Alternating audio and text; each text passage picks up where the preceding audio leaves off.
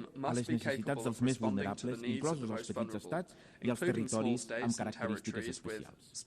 És en aquest sentit que des d'Andorra hem emès bons verds socials i sostenibles i hem creat un fons verd per a la transició energètica. Polítiques que no tan sols esdevenen un exemple de bones pràctiques, sinó que també demostren que podem ser un protagonista rellevant en la lluita contra el canvi climàtic i en la promoció del desenvolupament sostenible. A més, reafirmem el nostre compromís amb l'ajuda oficial al desenvolupament i explorem noves vies de cooperació tècnica que permetin compartir el coneixement i les bones pràctiques de la nostra administració. També saludem amb esperança la propera cimera social mundial prevista a Doha. És una ocasió única per renovar el contracte social global. Andorra hi acudirà amb la voluntat de defensar la cohesió, la solidaritat internacional i la justícia social com a eixos transformadors. A més, volem destacar la importància de protegir la diversitat cultural i lingüística. El multilingüisme no és només una riquesa simbòlica, és una condició per a una participació realment equitativa dins del sistema multilateral. Com a cofacilitadors de la resolució sobre el multilingüisme, proposem establir una plataforma de seguiment oberta i inclusiva per crear ponts, per crear sinergies, felicitant-nos concretament de la posada en marxa, amb el suport de la francofonia, d'un grup d'amics del multilingüisme a les Nacions Unides. L'expressió de la diversitat cultural i, per tant, del caràcter multilingüe facilita el diàleg inclusiu i permet apropar posicions i atansar-se a la ciutadania a la qual servim. Diversitat és riquesa i, en conseqüència, hem de continuar promovent el multilingüisme, especialment en un context d'homogeneïtzació i digitalització en què les bretxes poden deixar moltes persones enrere. Excel·lències, Andorra, com a membre actiu de les Nacions Unides des del 1993, assumeix plenament el seu ferm compromís amb la pau, el diàleg, el respecte pel dret internacional i la solidaritat com a principis innegociables. No es tracta només d'interessar-nos pels nostres propis afers, sinó també d'assumir una responsabilitat global. Recordem que la virtut, quan s'uneix, esdevé força, i que la força, quan sorgeix de la virtut, construeix mons més. Aquest és el lema que, com he dit a l'inici, figura a l'escut d'Andorra, un país petit en territori i població, però gran en valors, i que ha sabut fer de la convivència, la pau i l'equilibri una forma de ser. El meu país reafirma avui el seu compromís ferm amb els valors fundacionals d'aquesta institució, la pau, la llibertat, la justícia i la dignitat per a totes les persones. Defensem un multilateralisme actiu, inclusiu, eficient i transformador que posa al centre les persones i el planeta. No podem permetre que la indiferència paralitzi l'acció. És hora de renovar el pacte entre pobles i governs, entre generacions presents i futures. És hora de passar de les paraules als fets. Per això, marxem d'aquesta assemblea amb l'esperança reforçada i amb la responsabilitat renovada. Que la nostra acció sigui coherent amb les nostres paraules, que el futur que desitgem sigui el resultat del compromís que assumim avui. Moltes gràcies. Moltes gràcies, senyor cap de govern d'Andorra. On behalf of the Assembly, I wish to thank the head of government of the Principality of Andorra. The Assembly will hear now an address by Her Excellency Kamla Persad Bissessar, Prime Minister of the Republic of Trinidad and Tobago. I request protocol to escort Her Excellency and invite her to address the Assembly.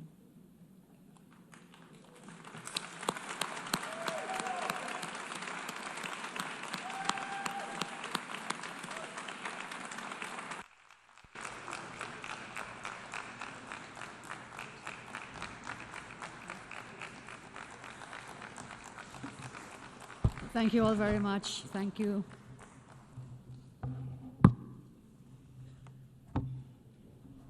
Madam President, Excellencies, distinguished delegates, friends, it is an honor for me, on behalf of Trinidad and Tobago, to address this Assembly on the 60th anniversary of the United Nations. I congratulate you, Madam President, on your election, and I thank your predecessor for his service.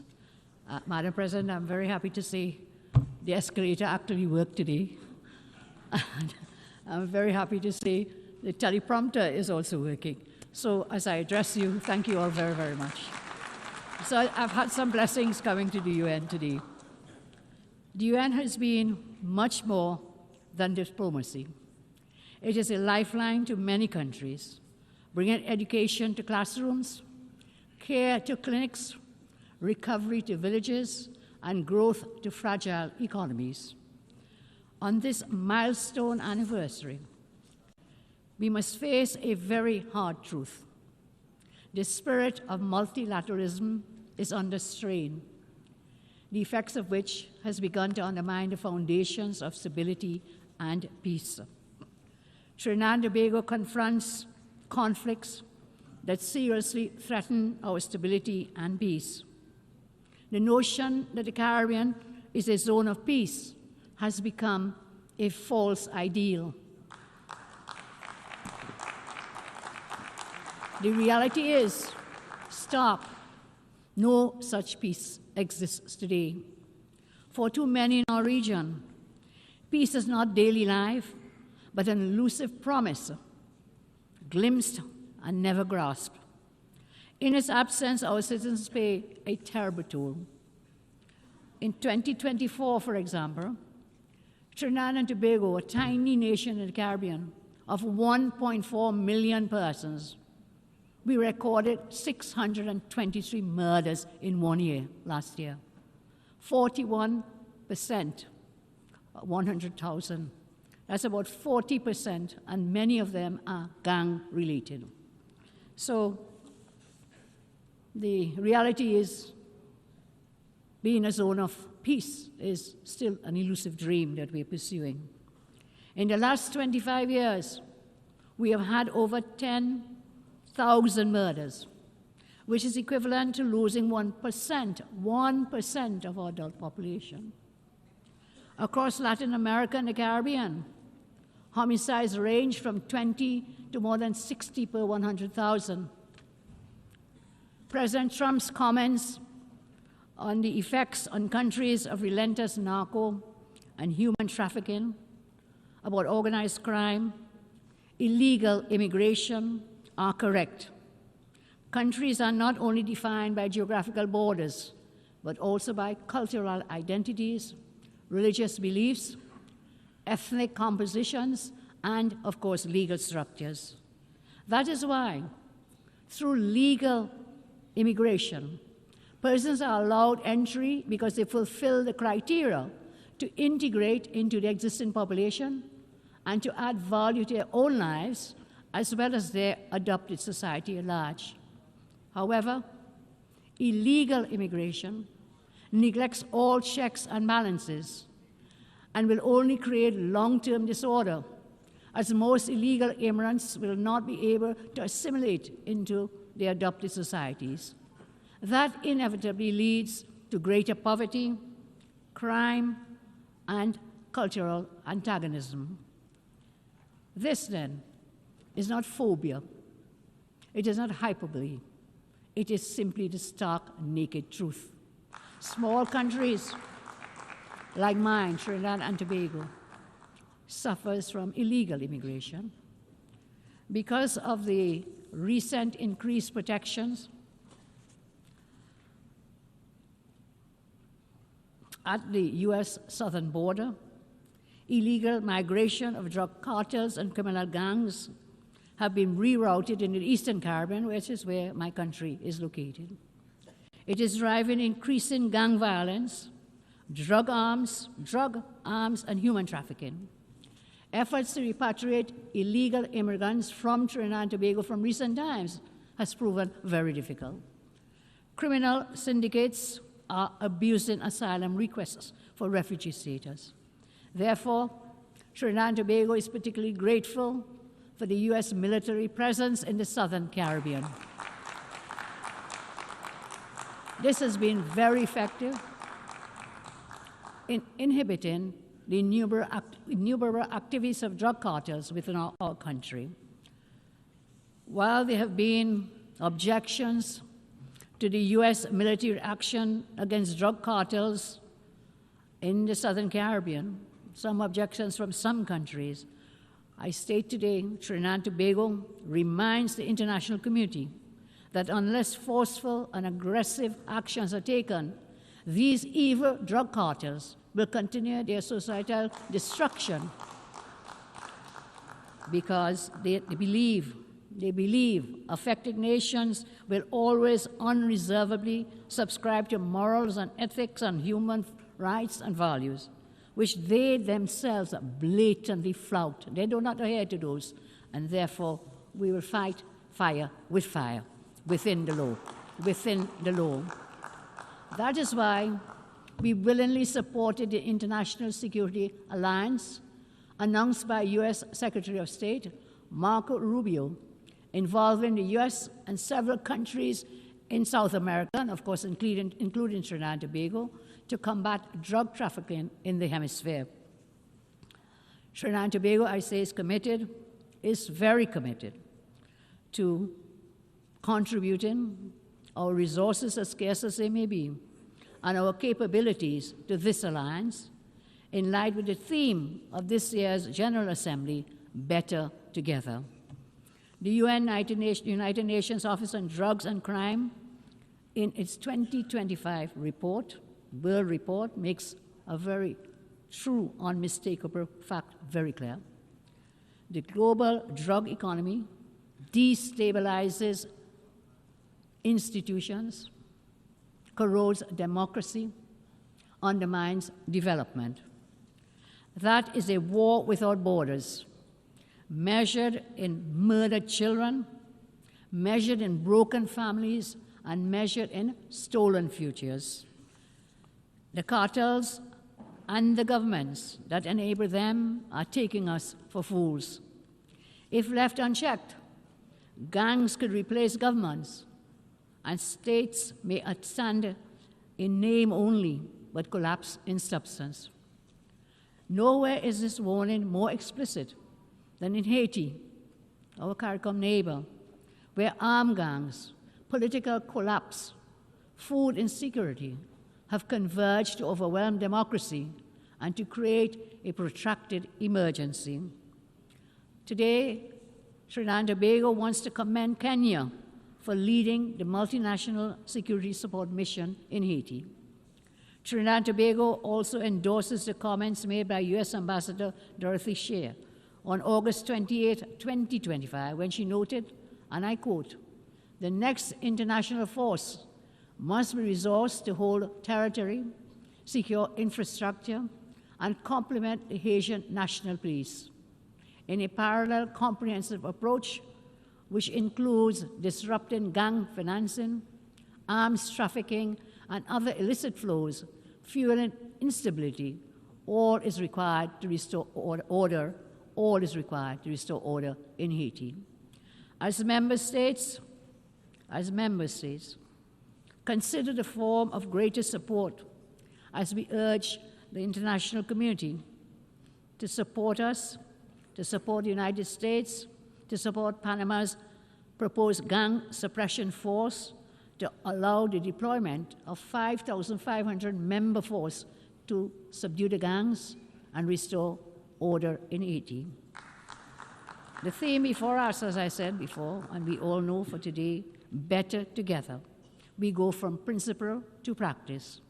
This principle, better together, is not just a slogan, it's a call to action. It signifies the collective effort required to combat transnational crime, to uphold democracy, and to restore peace and security in our nations. Therefore, despite being a very small country with limited resources, we are committed to sharing the burden with the United States, with Panama, and all countries willing in assisting the gang suppression force to bring some semblance of peace to Haiti. I turn now to the climate agenda. This week, the climate agenda has been at the forefront of many speeches. I say with the greatest of respect, the antagonistic approach adopted by some climate activists towards the implementation of their climate agenda sometimes does more harm than good. Developed countries, I say with the greatest respect again, can't or should not force-feed a climate agenda onto developing countries and blackmail them into cooperation. We cannot proceed in that manner.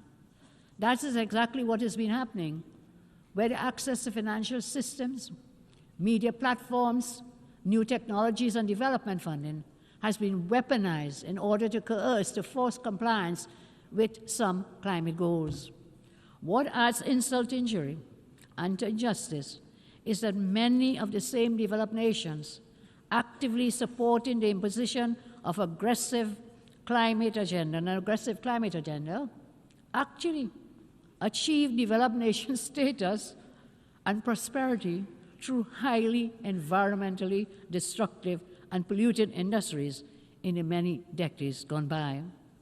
While there is definitely a space for renewable energy, the fact remains that fossil fuels are still essential for our continued survival. It cannot be ignored that the thousands of products created from fossil fuels, essential for daily life, cannot be produced economically in the quantities required from other means to satisfy the current world population. Trinidad and Tobago commits that we will, within reason, support actions to protect the environment for future generations. However, independent nations must be free to create a climate policy which is crafted to balance their development goals and poverty eradication with policies dealing with environmental protection. In my respectful view, this balance is a pragmatic necessity for food security, for civil order, and for economic growth.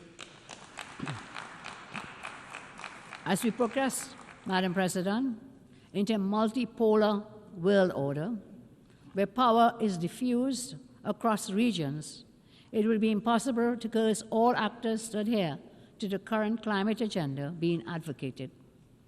Trinidad and Tobago will not adopt unbalanced and unreasonable imposed climate practices that will simply lead to the exploitation of our jobs, lowering our standard of living, and stunting our economic development, punishing our people into poverty, while many larger countries completely ignore their responsibilities. Our country, Trinidad and Tobago, the United Nations, we have always been unwavering in supporting through the various crises and empowering our citizens through UNICEF, through UNDP, through ILO, through UNESCO, and UN and Women, and we want to thank the United Nations for those initiatives. In return, we have sought to repay that trust by advancing the proposal for the International Criminal Court in 1989, by introducing Resolution 6569 on women and disarmament, and we also signed up very early the Non-Proliferation Arms Control in 2010, and we signed the Arms Trade Treaty early in 2013. In my own country, regarding that the children are our future, knowing full well that their survival, their resilience, and their sustainability will continue our nations forward, as in all nations. And so we created a Children's Authority. We created a Children's Life Fund. We expanded early childhood education. We ensured a trailblazing adherence to the MDGs, especially when it comes to education, proving that even the smallest nations can align domestic products with global ambition. As we now mark the 30th anniversary of the Beijing Declaration, we reaffirm that women and girls must be equal partners in peace and sustainability. Just as we call for in our 2010 resolution, we continue to champion their empowerment, knowing it is essential to global progress. Our commitment to the United Nations is clear, and our voice is steady. For 63 years, we have upheld the rule of law, championed human rights, strengthened international law, and we have never been silent in the face of injustice. And this is why Trinidad and Tobago sought support to become a non-permanent member of the United Nations Security Council for the 2027-28 term.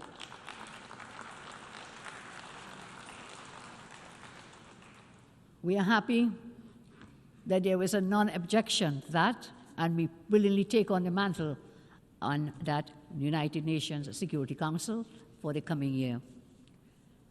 So, my friends, all colleagues, we say, Madam President, during our term, we will build on our record, amplifying unheard voices to ensure that justice and equality anchor lasting security.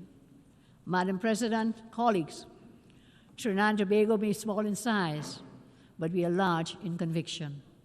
We continue to ask for your support so that this Council reflects not only the interests of the powerful, but also the voices and aspirations of all people. Trinidad and Tobago is firmly committed to the tenets of multilateralism.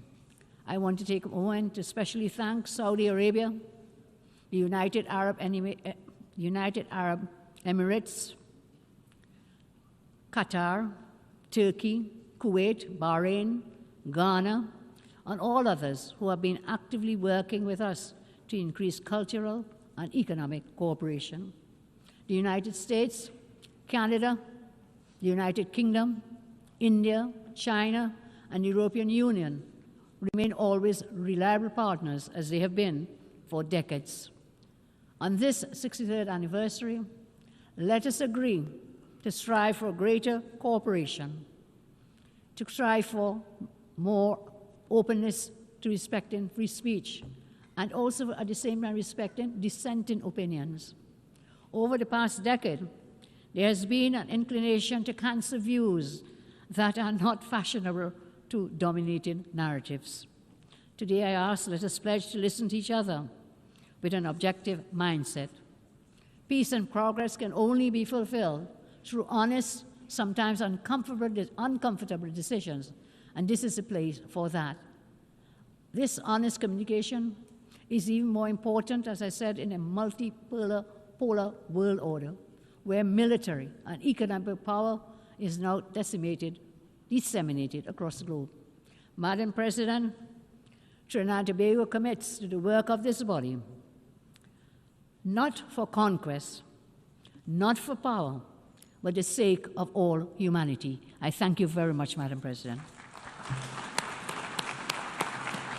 En nombre de la Asamblea, agradezco a la señora Primera Ministra de la República de Trinidad y Tobago. Prime Minister of the Republic of Trinidad and Tobago.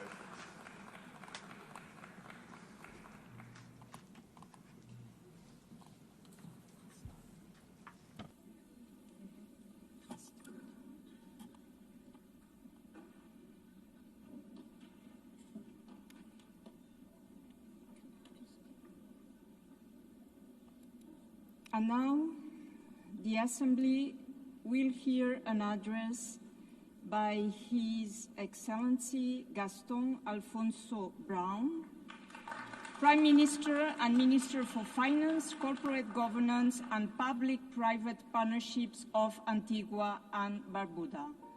I request the protocol to accompany His Excellency and invite him to address the Assembly.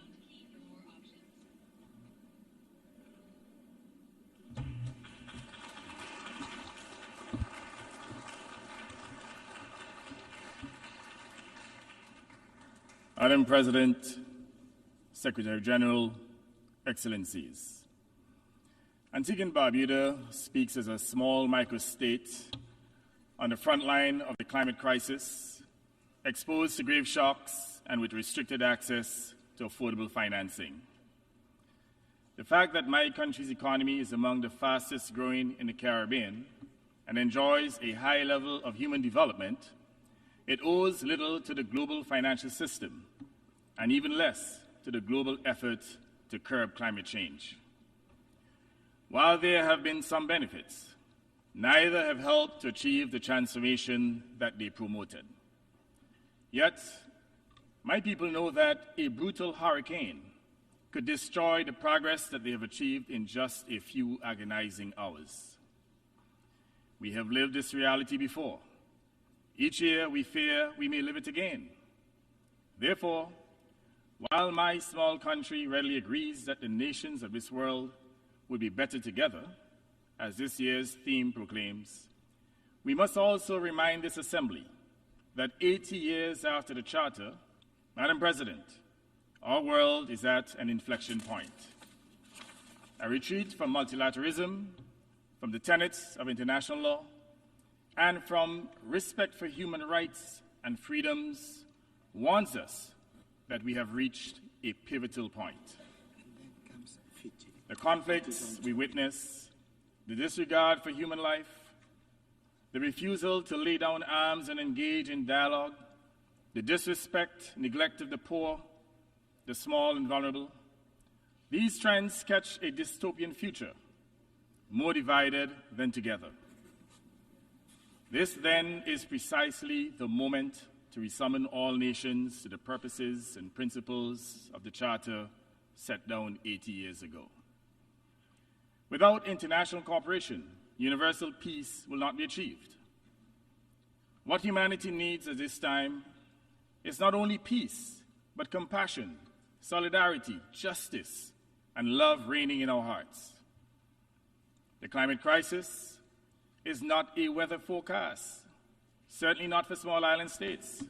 It is our daily plight. Shores retreat, reefs bleach, storms intensify, while droughts destroy our crops and animals. This is not fate. Science has proven that it is the product of sustained high emissions which imperil small states and also damage the environment, economies, and health of the very nations that produce them. And that's the irony. Climate change science is not fraudulent, and we ignore it to our own peril. Madam President, we support a just, orderly energy transition, a transition that caps, then fairly phases down and ultimately phases out the fossil fuels that drive this destruction without sacrificing energy security or development. We favor a fair carbon levy on the heaviest emitters, public and private, with proceeds directed to adaptation, loss and damage, and resilience. The Loss and Damage Fund must operate as promised. Predictable, front-loaded financing that arrives when disaster strikes, disbursed timely on objective triggers so that help comes at the speed of need. But finance must be fair before a storm hits. Right now, the inequitable international financial system makes the most vulnerable countries pay the highest price just to protect themselves. These climate disasters force us to borrow expensively to rebuild. Consequently, debt swells and resilience stalls. We call yet again for full adoption of the Multidimensional Vulnerability Index across international financial institutions so that exposure to shocks opens access to concessional terms.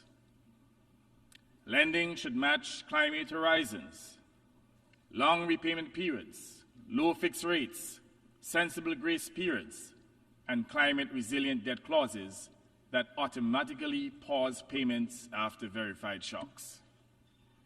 Local currency lending windows would end the foreign exchange penalty that deepens debt without adding value. That at least would be a step along the road to justice. Madam President, for islands like mine, the ocean is not scenery. It is the source of food and jobs and the opportunity for new chances of growth and development. But it must be protected. We urge decisive action against illegal, unreported, and unregulated fishing, plastics that choke reefs, and pollution that steals mangroves. As custodians of vast exclusive economic zones, small islands offer partnership and stewardship. Let us back robust global plastics and fossil fuel non-proliferation treaties. Expand blue carbon finance for mangroves and seagrass, and make maritime domain awareness and the provision of satellite and data sharing services standard support for SIDS. Until independent science proves no serious harm, we support a moratorium on seabed mining. No one should mortgage the ocean to pay, or the ocean floor to pay for short-term bills. Madam President, law must be our guardrail. Consequently, Antigua and Barbuda and Vanuatu have sought and successfully obtained from ITLAS and ICJ legal clarity on climate obligations. Legal advisory opinions now define duties of states to prevent harm and protect the most vulnerable. If major emitters will not cut greenhouse gas emissions in line with science, victim states must retain the right to pursue legal remedies consistent with international law for climate harm. And I want to make the point here that this is not hostility. It is the logic of the law. It is justice. Antigua and Barbuda supports UN reforms to include the participation of small island states having a regular, structured voice in Security Council deliberations and climate-related security risk. Excellencies, last year the world came to Antigua for the 4th International Conference on Small Island Developing States and adopted the Antigua and Barbuda Agenda for SIDS, the ABAS, a 10-year contract for resilient prosperity. We launched the SIDS Center of Excellence on Antigua with a global SIDS data hub to turn promises into projects, better data, more investments, and the achievement of debt sustainability. Those who invoke partnership should help fund and implement it. If better together means anything, it means delivering where need is greatest and fiscal space narrowest. Small states are not asking for charity. Let me make that abundantly clear. We ask for equity, for finance that fits risk, for peace grounded in law, for rights that protect the vulnerable. We are seeking the chance to protect our lives and preserve our livelihoods. In a similar vein, Madam President, we assert that justice cannot be complete without addressing historic injustices. In the Caribbean, the stain of colonialism, slavery, and native genocide is still branded in the legacies we were left. The transatlantic slave trade was and still is the most heinous crime committed against humanity. We seek reparatory justice from those who committed those atrocities, who kept our forebears in physical chains and mental slavery for hundreds of years. Colonialism and slavery have imposed the rigid trade routes with which we now live, the underdevelopment from which we are seeking to rise up, the constraints that make us suppliers and not producers. Reparatory justice is not charity. It is principled restitution for wealth extracted, for unpaid labor, barbaric killings, and physical abuse endured by our forebears. We invite partners to engage this agenda in good faith as part of building a fairer global economy for all. Madam President, in the Middle East, we insist that Israeli hostages be released by Hamas. And I said here that civilians must not be pawns in any conflict. At the same time, we condemn the forced removal of people in Gaza from their homeland and the genocide that has occurred there. Humanitarian access must be guaranteed and the protection of civilians made non-negotiable. Antigua and Barbuda maintains its position in favor of a two-state solution, Israel and Palestine living side by side in security and dignity, consistent with the United Nations resolutions. We regret that the chairman of the Palestine Liberation Organization was denied a visa to attend this assembly in person. While we welcome the Assembly's decision to allow him to address this session by video, we remind everyone that the United Nations is, above all, a chamber for voices to be heard, not to be muzzled, especially during times of war and conflict. Shutting out voices does not shut down underlying issues. Similarly, in Europe, the war in Ukraine must end in peace and with justice, not in the battle fatigue of the besieged. We urge a return to diplomacy anchored in the Charter and call on all states to refrain from actions that prolong conflict or profit from it. Peace with law is the only peace that lasts. Madam President, I now come to Haiti. This beleaguered country demands sustained attention, not cycles of improvisation or improvisation. Funding has arrived in fits and starts while suffering has grown.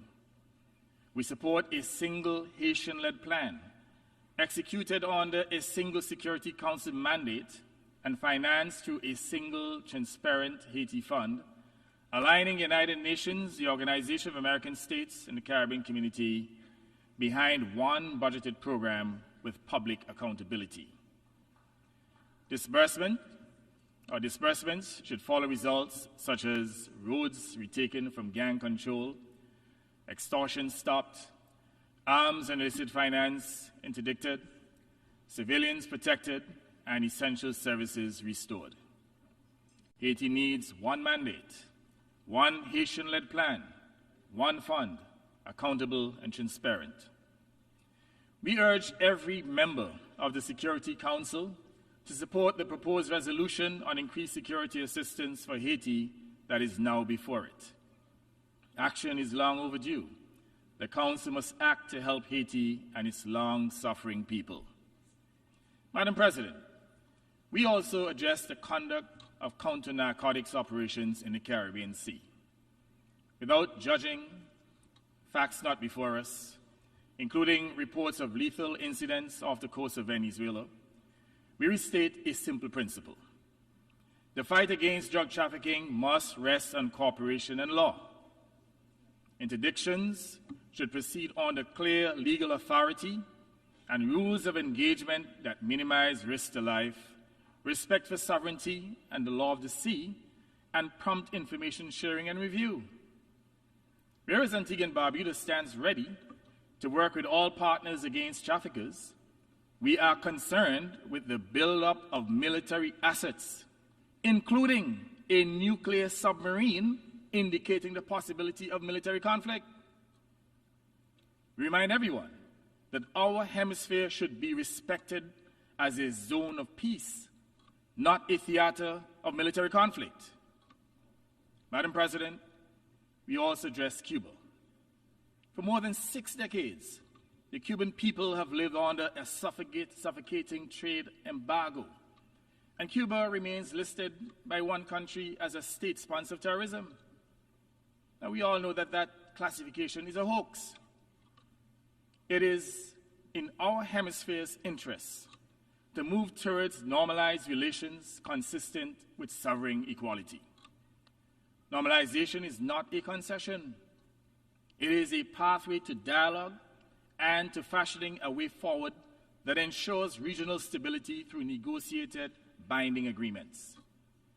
Now, Madam President, I come to the issue of public health that affects every family everywhere in the world. More than 1 billion people are now living with mental health conditions. Yet, median government spending remains at about 2% of health budgets. Treatment gaps are widest in low and middle income countries, fueling a growing mental health epidemic among them. Suicide claims nearly 1 million lives each year. It is among the leading causes of death for young people. Last June, when Antigua and Barbuda hosted the OAS General Assembly, we secured a hemispheric resolution on improving mental health in the Americas with practical steps on national plans, community-based services, priority in coverage, workforce development, and digital access. Mental health is not a curse. It is a solvable challenge. Now let me remind us all, mental health is a human right. Sanity is the people's right. When we invest in mental health, people recover and re-enter community and work as a consequence countries rise. Antigua and Barbuda is committed to working on a United Nations resolution treating mental health as essential to development. The other issue that I'd like to address is non-communicable diseases such as hypertension, diabetes, and various forms of cancer. They account for 75% of all deaths in the Caribbean. They are the most significant cause of death globally, creating a silent global health crisis. We need to urgently address this crisis with the same urgency of infectious diseases. Madam President, what we set out here is the minimum needed to honor the Charter at 80. The storms are stronger, the deaths are heavier, inequity is wider, yet the remedies have not changed, and they certainly need to change. Let us pursue a new sustaining dispensation of rules over power and might, fairness over advantage, and people over profit in the interests of humanity. Madam President, Excellencies, if this world is truly better together, let us be accountable together and be accountable to all, not only to a few nations, but to all nations, not only to the present generation, but also to the generations that follow, not only to those who wield power, but to those against whom power is wielded. Distinguished ladies and gentlemen, I thank you. Blessings.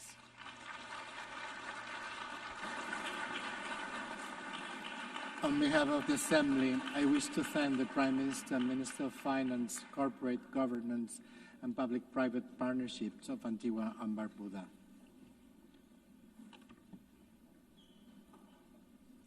Now, the Assembly will hear an address of His Excellency Silveni Ligamamada Rabuka, Prime Minister and Minister for Foreign Affairs, Civil Service and Public Enterprises and Information of the Republic of Fiji. I request protocol to escort His Excellency and invite him to address the Assembly.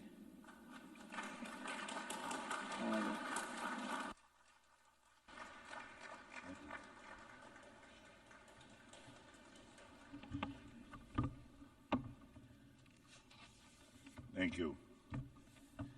Madam President of the United Nations General Assembly, Secretary General of the United Nations, leaders, excellencies, ladies and gentlemen. I congratulate Her Excellency Annalena Baerbock on assuming the presidency of the 80th session of the General Assembly, as only the 5th woman to be elected to this position in the last 80 years. Madam President, Fiji reiterates its long-standing support for multilateralism and the role of the international rules-based order plays for the status and interests of small states. This year, Fiji commemorates 55 years of independence and stands alongside member states and takes stock of the 80 years since the founding of the United Nations. 80 years after independence, Fiji volunteered to be a troop-contributing country to the United Nations peacekeeping efforts. Our commitment is unwavering, and we continue to be the largest per capita contributor to United Nations peacekeeping for over 4.5 decades. Our belief in the principles of the UN Charter is steadfast. The most critical challenge facing nations in the Pacific region is to find a framework, an enduring framework, that influences the strategic competition between the major powers towards a stable, multipolar region where peace prevails. I'm conscious of the direct connectedness between the Pacific and Indian Oceans. So when I talk of the Pacific, I'm also referring to the Indo-Pacific strategic area. Excellencies, when I addressed this Assembly in September 2023, I introduced the concept of the Pacific as an ocean of peace, as the Pacific's contribution to global order. The turmoil within each of our regions and the global community has been the common theme of the world leaders' statements this week. The question before us is, what must we do? The vision of the Pacific as an ocean of peace is rooted in the noble values of mutual respect for sovereignty, territorial integrity, and political independence. It embodies the essence of our commitment to peace and unity. These are born from the very Pacific way of life. That is the lifelong integral heart to our identity as Pacific peoples.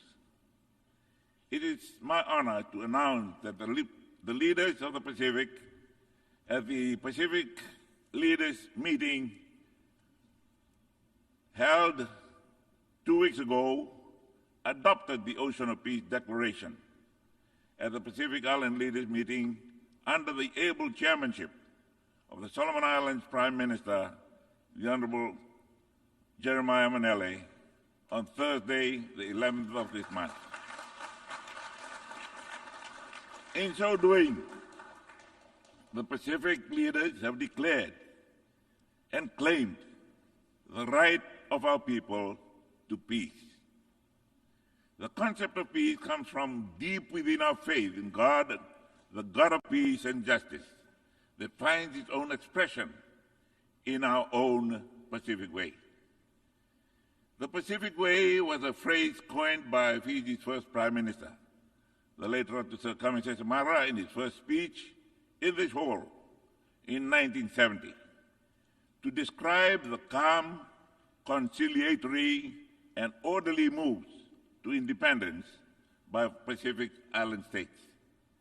At the core of the Pacific way lies respect, quiet leadership, and reconciliation.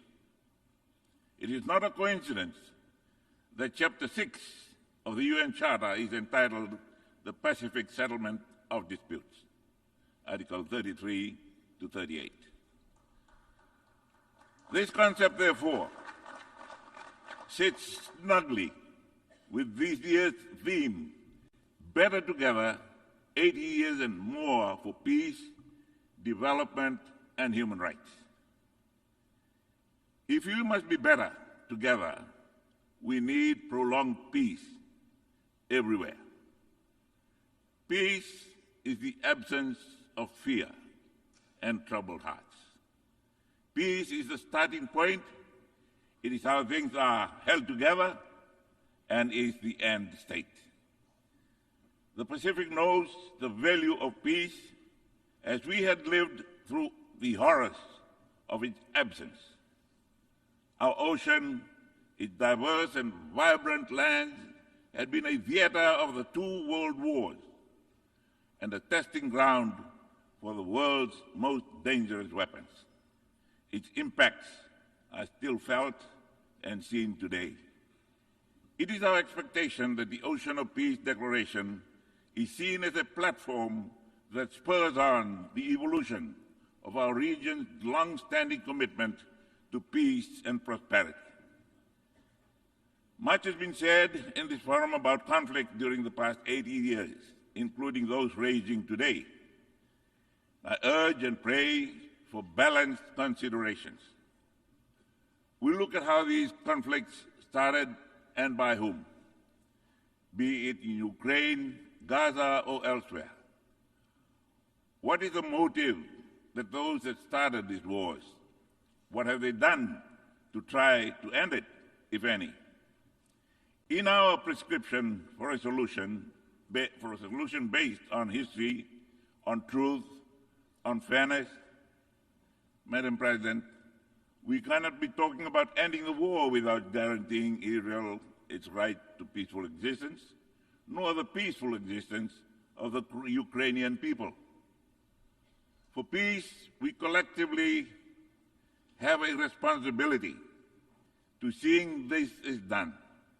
Anything short is hypocrisy on our part.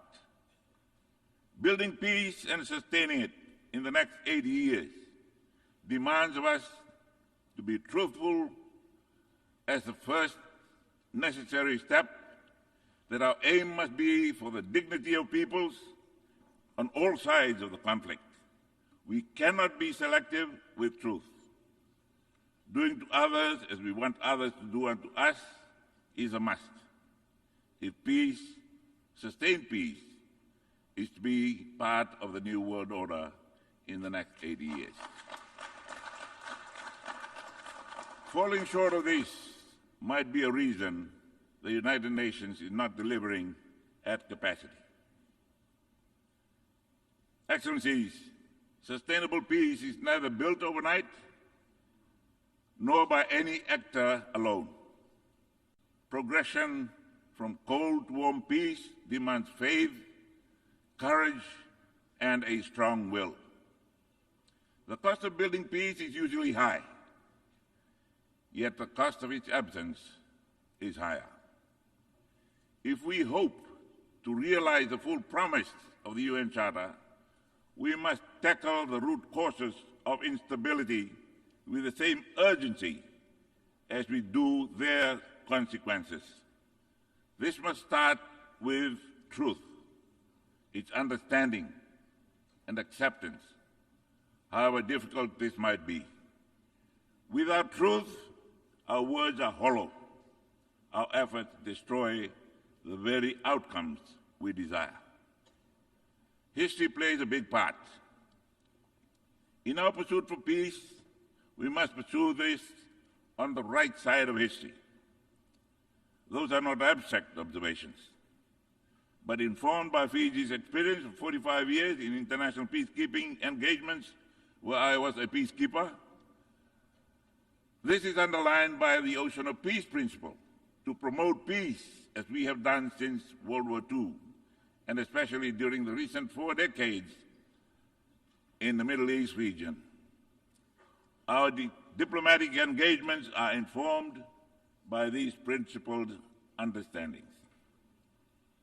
Under the Ocean of Peace, Fiji sees its responsibility in advocating peace within and on behalf of the Pacific region, a responsibility I do not take lightly as the Prime Minister of my country. Under our foreign policy priority, Family First Pacific Regionalism, Fiji stands with our Pacific members. We know that sustained peace is only possible with prosperity. Fiji's primary focus is development, where my government's full attention is directed at poverty alleviation or eradication. Perhaps a way of assisting developing economies is to open markets for our produce. This reinstates and sustains the dignity of nations. Together, peace and development are integral to attaining the human rights of peoples. Furthermore, peace and prosperity for our people mean addressing expanded definition of security with climate change high on the list. Fiji, like other small island developing states, face ominous and disproportionate climate threats with negligible fraction of global emissions. Those who shoulder the blame must foot the bill. Science is clear. The powerful G20 group has been responsible for 80% of total emissions. I plead with them that they must lead the charge, keeping with the principle of common but differentiated responsibilities and respective capabilities in light of different national circumstances. Heading to COP30, I hope that the world will push harder and members agree on pending common grounds of concern. Fiji stands strongly in support of Australia's bid to host COP31 as a Pacific COP. We need a loss and damage fund that meets the scale of the challenge and developed countries meeting their adaptation financing promises. We continue to reward polluters who wreck our planet. The fossil fuel industry continues to pocket massive profits and subsidies, while everyday people bear the costs of climate catastrophe, from rising insurance premiums to lost livelihoods. We insist on a shift from fossil fuel subsidies and investments to a just energy transition by putting a price on carbon, and to implement innovative sources of financing, including solidarity levies on fossil fuel extraction through legally binding mechanisms. Madam President, the ICJ advisory opinion on climate change on July the 25th, or July 2025, affirms this. Countries that are liable for climate change damage must bear the full cost. Some Pacific atolls sit 1 to 2 meters above mean sea level. It is grossly unfair that when disasters hit, the costs of recovery force these countries to take on debts, a second layer of penalty for a situation they did not create. As signatories to the Paris Agreement, we are contributing our fair share towards the global effort to guide our low-carbon, climate-resilient development. Under our family-first Pacific regionalism foreign policy priority, Fiji stands with its fellow Pacific Island neighbors. Some of our smaller Pacific Island communities are struggling to stay above sea level. The international community is faltering in its commitment to keep below 1.5 degrees Celsius. Low-lying Pacific states expect the worst. Today, my government is looking at ways to host these island communities if it is not possible to remain on their islands. The dignity of the people that are forced to leave their homes is fundamental. Let's start with the legal definition. Today, they are merely referred to as displaced people. In the Pacific, where 90% of land is communally owned, those that are being displaced will be landless before they become stateless, stripping them further of their dignity. In this situation, Fiji is coming face to face with the reality of sovereignty within sovereignty in all its details. Goodwill, time and resources are critical. This is complex, sensitive and costly work. We are setting the precedent. We have no margin for error as we are dealing with real lives whose impacts may compound existing stresses. Excellencies, one of the biggest victims of the climate crisis is the ocean itself. Fiji depends on the health and wealth of the ocean. We need to step up efforts to sustainably use and manage our ocean resources, address plastic pollution, conserve biodiversity, and protect endangered species. Fiji's ratification of the BBNJ agreement this year is intentional and deliberate. We need to safeguard our ocean resources in line with the outcomes of the third UN conference in Nice. A much-needed shift is also required to address ever-increasing share of fish stocks exploited beyond sustainable levels in our economic exclusive zones and the high seas. Subsidies is a well-known driver of overfishing and overcapacity. Fiji is not only actively addressing IUU fishing, but also deposited its WTO instrument of ratification as our contribution to addressing this emerging threat. The Plastic Treaty is an urgent goal that our global community cannot wait to end. With this, financing is the key. The convening of the fourth financing for development in the Sevilla Compromise lays an important milestone in addressing global financing needs. The existing financing architecture systemically disadvantages SIDS through complex processes and lengthy approvals, while our communities face daily the ravages of climate change. Reforms are needed now to address the widening gap that is now $4 trillion. As a small economy, we need direct funding, access modalities, simplified procedures, and SID-specific funding windows. Adaptation costs per capita are highest for the island nations. This must change to address our reality. All these are mapped out in the Antigua-Barbuda agenda for SIDS ABAS. With 2 years left, it is critical that ABAS is expedited with the implementation of its monitoring and evaluation framework. Your Excellencies, SIDS urgently require the expedited implementation of the Multidimensional Vulnerability Index, MVI, to complement GDP per capita criteria in determining development support eligibility.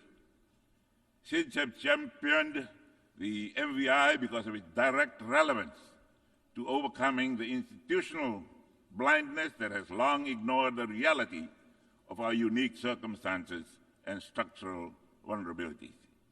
MVI provides a more comprehensive and accurate assessment of our development needs by incorporating factors such as environmental fragility, economic vulnerability, and structural constraints that traditional income-based measurements overlook. For Fiji, as with other SIDS, the implementation of MVI is a matter of development justice, ensuring that international support mechanisms recognize our inherent vulnerabilities and provide appropriate assistance regardless of per capita income levels. We call upon the international community to prioritize the swift operationalization of MVI, as this tool is essential to ensuring that no SIDS is left behind due to misleading income classifications that mask our true development challenges. Excellencies, as we mark the UN's 80th anniversary and discuss UN reform, Fiji notes that the UN remains an indispensable partner for development in the Pacific SIDS. Our unique challenges require the specialized support that only the UN system can provide. Striking the right balance between a strong UN presence and operational effectiveness that reflects the priorities of PSIDS is preferred. On our part, Fiji is finalizing arrangements for a purpose-built UN house that will provide a functional platform for UN operations in Fiji. Your Excellencies, Fiji is now pursuing constitutional reform. A recent Supreme Court ruling opened up a pathway for a review of our Constitution. This process ensures that the will of the people is accurately reflected in a revised constitutional framework that embodies the values of good governance and justice. Our approach prioritizes human rights and democratic participation while strengthening the institutional foundations necessary for sustainable democracy. Fiji's political journey has been marked by periods of instability. With the need for healing and progress, a Truth and Reconciliation Commission has been established to provide a platform for all voices to be heard, particularly those affected by past upheavals. This Commission represents our commitment to confronting our history, fostering dialogue between communities, and building the foundation for a more coherent society. While this is progressing, we remain committed to international peace, stability, and the values that unite us as members of the international community. We congratulate those countries that have successfully trodden the path before and encourage those that haven't to get onto it. Fiji is also challenged by an upsurge in transnational organized crime. Drug trafficking has exploited our vast maritime domain, spanning over 1.3 million square kilometers of ocean. This crisis threatens our national security and social fabric while exploiting our limited capacities. Our approach must be holistic, combining law enforcement with mental health support, community-based recovery programs, and trauma-informed care for those affected. Fiji looks forward to working with partners to addressing trafficking sources of supplies, routes, enforcement, disrupting and dismantling supply, reducing demand, healing and rehabilitation of affected individuals and communities. In response to the multitude of issues confronting Fiji, following 16 years of autocratic rule and the responsibilities associated with being the regional hub, a structured way of managing the security front was needed.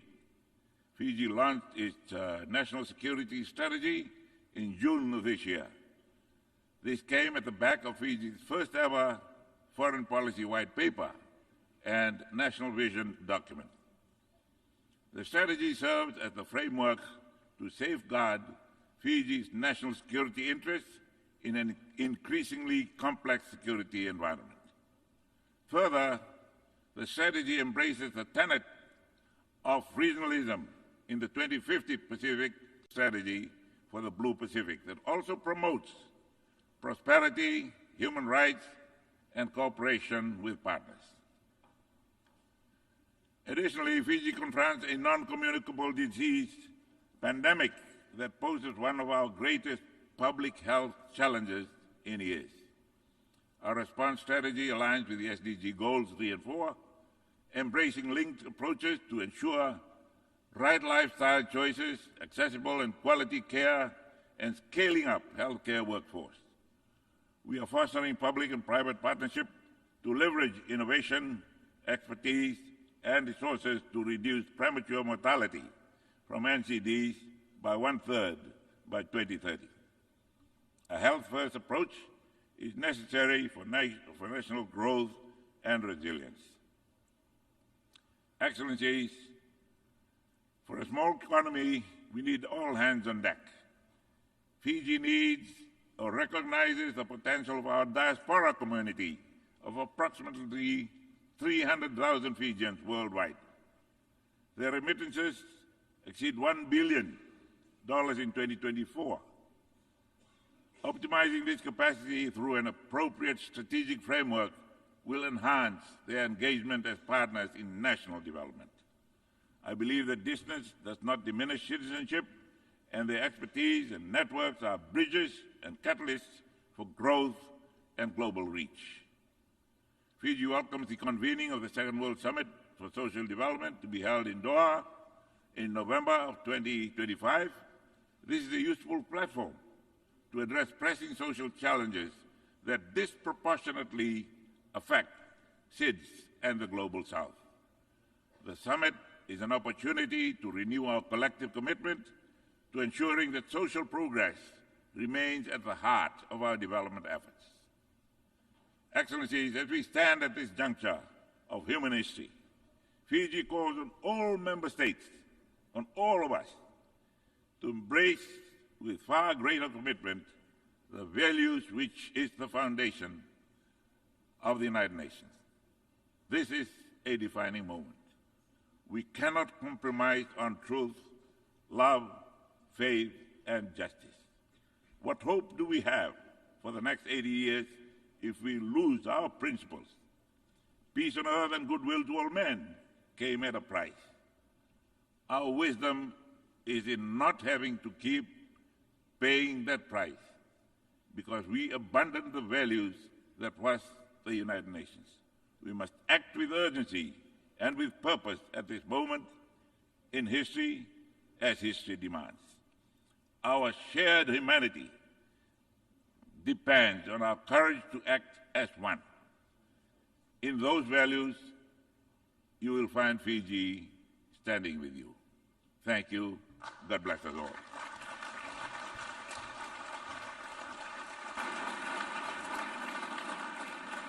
On behalf of the Assembly, I wish to thank the Prime Minister, Minister of Foreign Affairs, Civil Service and Public Enterprises and Information of the Republic of Fiji. Now the Assembly will hear an address of His Excellency Feleti Teo, Prime Minister of Tuvalu. I request protocol to escort His Excellency and invite him to address the Assembly.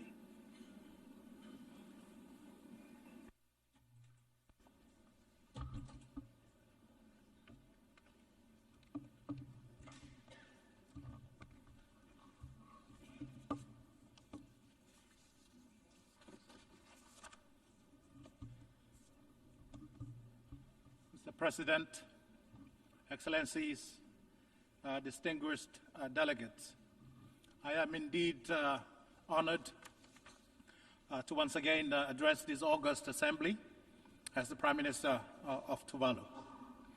I convey to the General Assembly the warmest greetings and best wishes of the people and the government of Tuvalu. Allow me to extend my sincere congratulations to Excellency President Annalena Baerbock on their election as President of the 80th session of the General Assembly of the United Nations.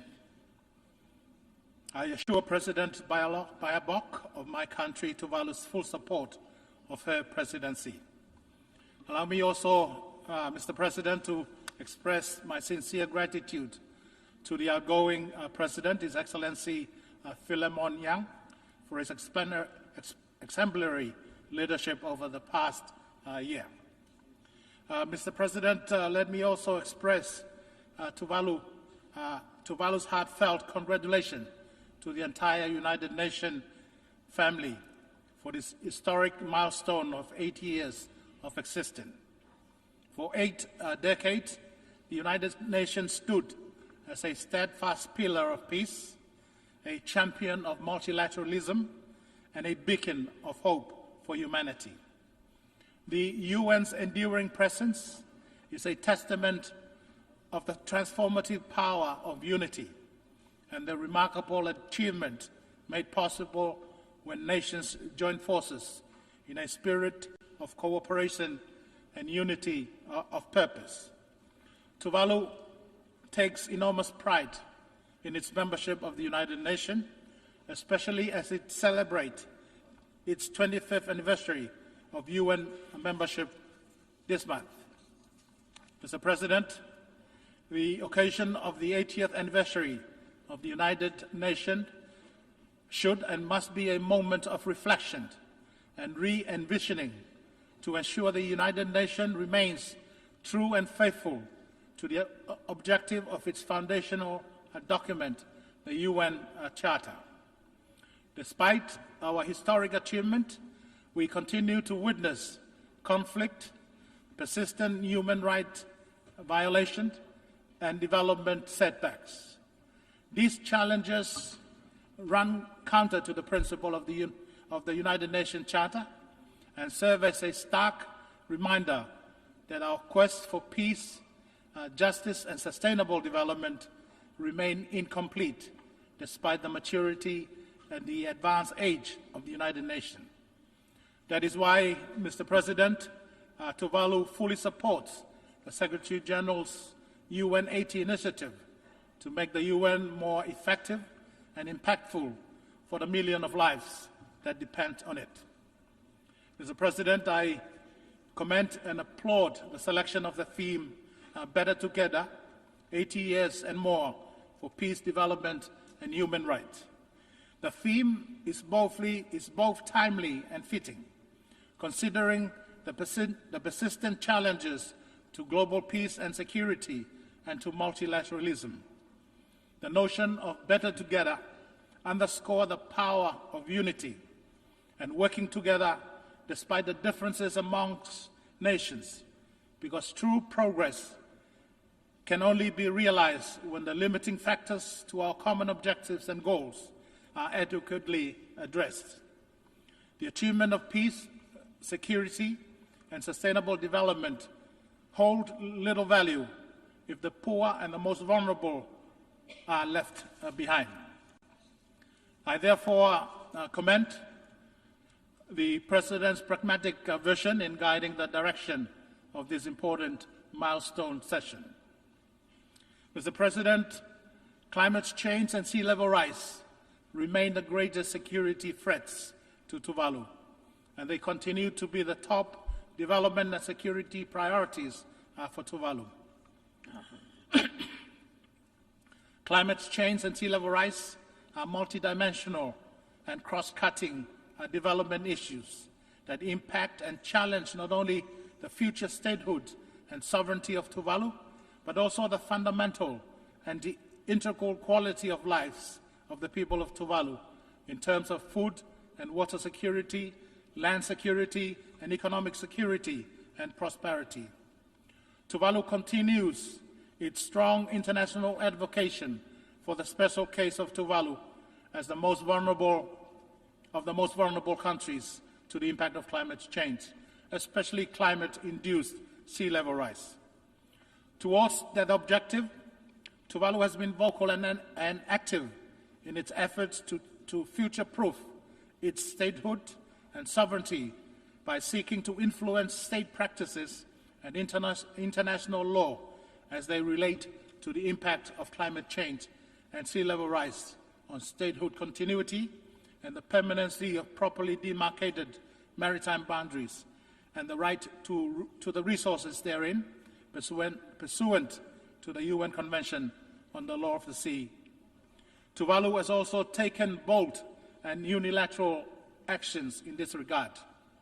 Tuvalu has amended its constitution to ensure Tuvalu's statehood in perpetuity and its maritime boundaries are protected and remain permanent, no matter what happened to Tuvalu's land territory because of climate change. Through the landmark Falepili Union Treaty between Australia and Tuvalu, Australia is now legally committed to recognize Tuvalu's sovereignty in perpetuity and support human mobility with dignity and rights. Tuvalu fully supports the effort of the UN General Assembly in elevating the issue of sea level rise as a standalone issue and commenced its historical high-level meeting last year in 2024 on sea level rise.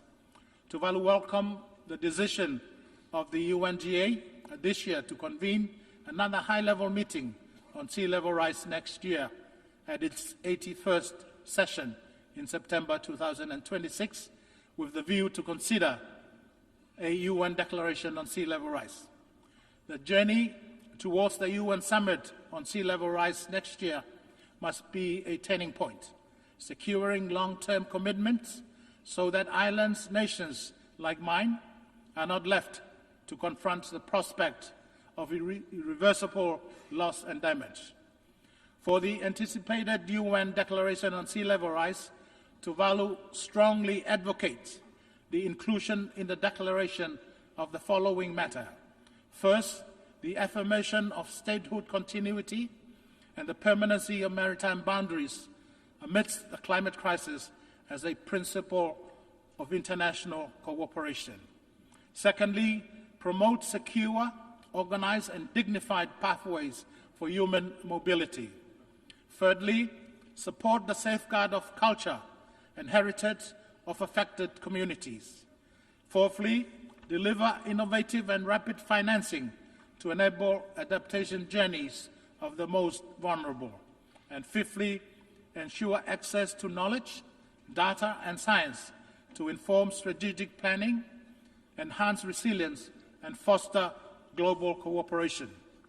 Tuvalu welcomes the recent advisory opinion of the International Court of Justice and the International Tribunal on the Law of the Sea Convention, IDLOS, regarding the obligation of states in relation to climate change. The IDLOS issued on the 21st of May 2024 the first ever advisory opinion on climate change that spelled out for the first time the far-reaching obligations of major polluters to mitigate greenhouse gas emissions, to prevent catastrophic harm, and to pay loss and damage for breach of such obligations. The ICT's landmark advisory opinion delivered in July this year validates that climate change is urgent, and is an existential threat to human life and natural ecosystem. The ICJ and the IDLOS opine that states have a duty to prevent significant harm to the environment, and therefore they must act with due diligence and use all means at their disposal to prevent activities carried out in their jurisdiction or under their control from causing significant harm to the climate system. The advisory opinions also affirm the principle of statehood continuity and the permanency of duly demarcated maritime boundaries despite the impact of climate change and sea level rise. The advisory opinions are significant milestones as they shift the conversation from political commitment to legally binding obligation. Despite the advancement in state practices and the recent judicial pronouncement on climate change and sea level rise, Tuvalu continues to call for the development of an international treaty on sea level rise that codifies the legal rights of affected states and peoples, and to reaffirm the principles of statehood continuity and the permanency of maritime boundary. It is my hope that the urgency to address the existential threat of climate change and sea level rise will not be overshadowed by the ongoing geopolitical competition between the superpowers and the military conflicts around the globe. Mr. President, while the UNGA prepares for the UN Summit on sea level rise next year, Tuvalu continues to fulfill its obligation under the UN Framework Convention on Climate Change. With a sense of pride, Tuvalu has presented its first biennial transparency report to the UNFCCC, which is a testament to Tuvalu's commitment to transparency, accountability, and climate actions. During this week, I announced the third nationally determined contribution, NDC 3.0, which is Tuvalu's blueprint to resilience and a pledge to the world, linking climate action, sustainable development, cultural preservation, and a just transition to 100% renewable energy. But the fight for the 1.5 degree centigrade threshold cannot be won with carbon dioxide reductions alone. We must tackle methane and other short-lived gases that prevent near-term warming to buy time for decarbonization to take root. Only then can we protect the world from irreversible tipping points like the rapidly expanding coral bleaching that is devastating our ocean. Tuvalu has also updated its National Adaptation Plan, which provides a strategic and inclusive framework to protect people, ecosystem, infrastructure, and cultural heritage from climate change, setting clear adaptation pathways in coastal protection, infrastructure, food and water security, health and disaster risk reduction, while addressing sovereignty and cultural preservation. Tuvalu also supports the Fossil Fuel Non-Proliferation Treaty Initiative for a just phase-out of the use of fossil fuel, and call on all nations that are serious about confronting the climate crisis to join this initiative and to act decisively to protect our planet and future generations. Mr. President, Tuvalu has 26 square kilometers of land just opposed against 750,000 square kilometers of exclusive economic zones, which makes Tuvalu a large ocean state.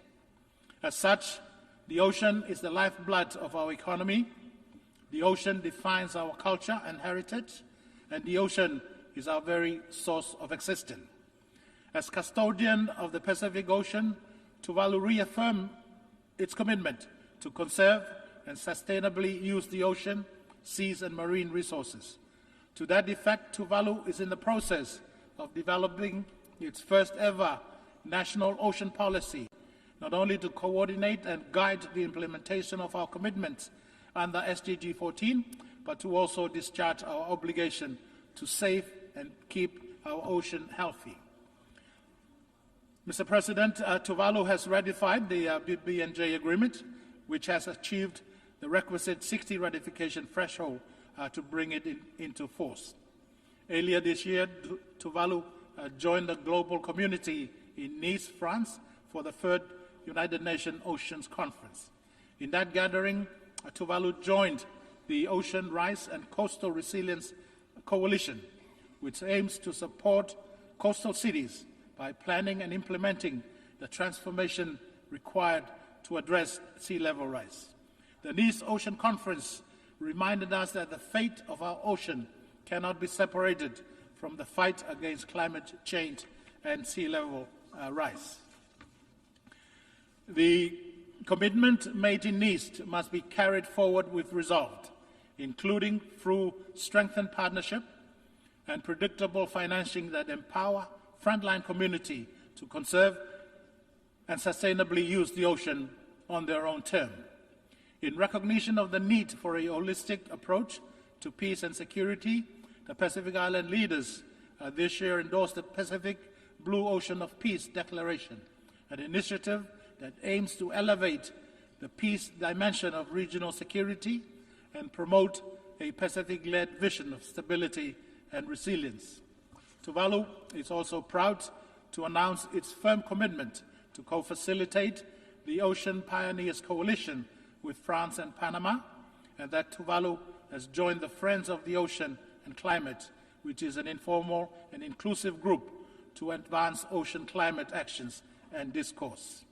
Tuvalu shared the disappointment for the inability of the Intergovernmental Negotiating Committee to finalize on time the development of an internationally legally binding instrument on plastic pollution, including in the marine environment, and therefore urges the leaders and the UN system to continue the work and to expeditiously finalize negotiation of such a treaty. Mr. President, the principle of better together is more than just a watchword. It is a powerful affirmation of partnership in the face of increased challenges to multilateralism.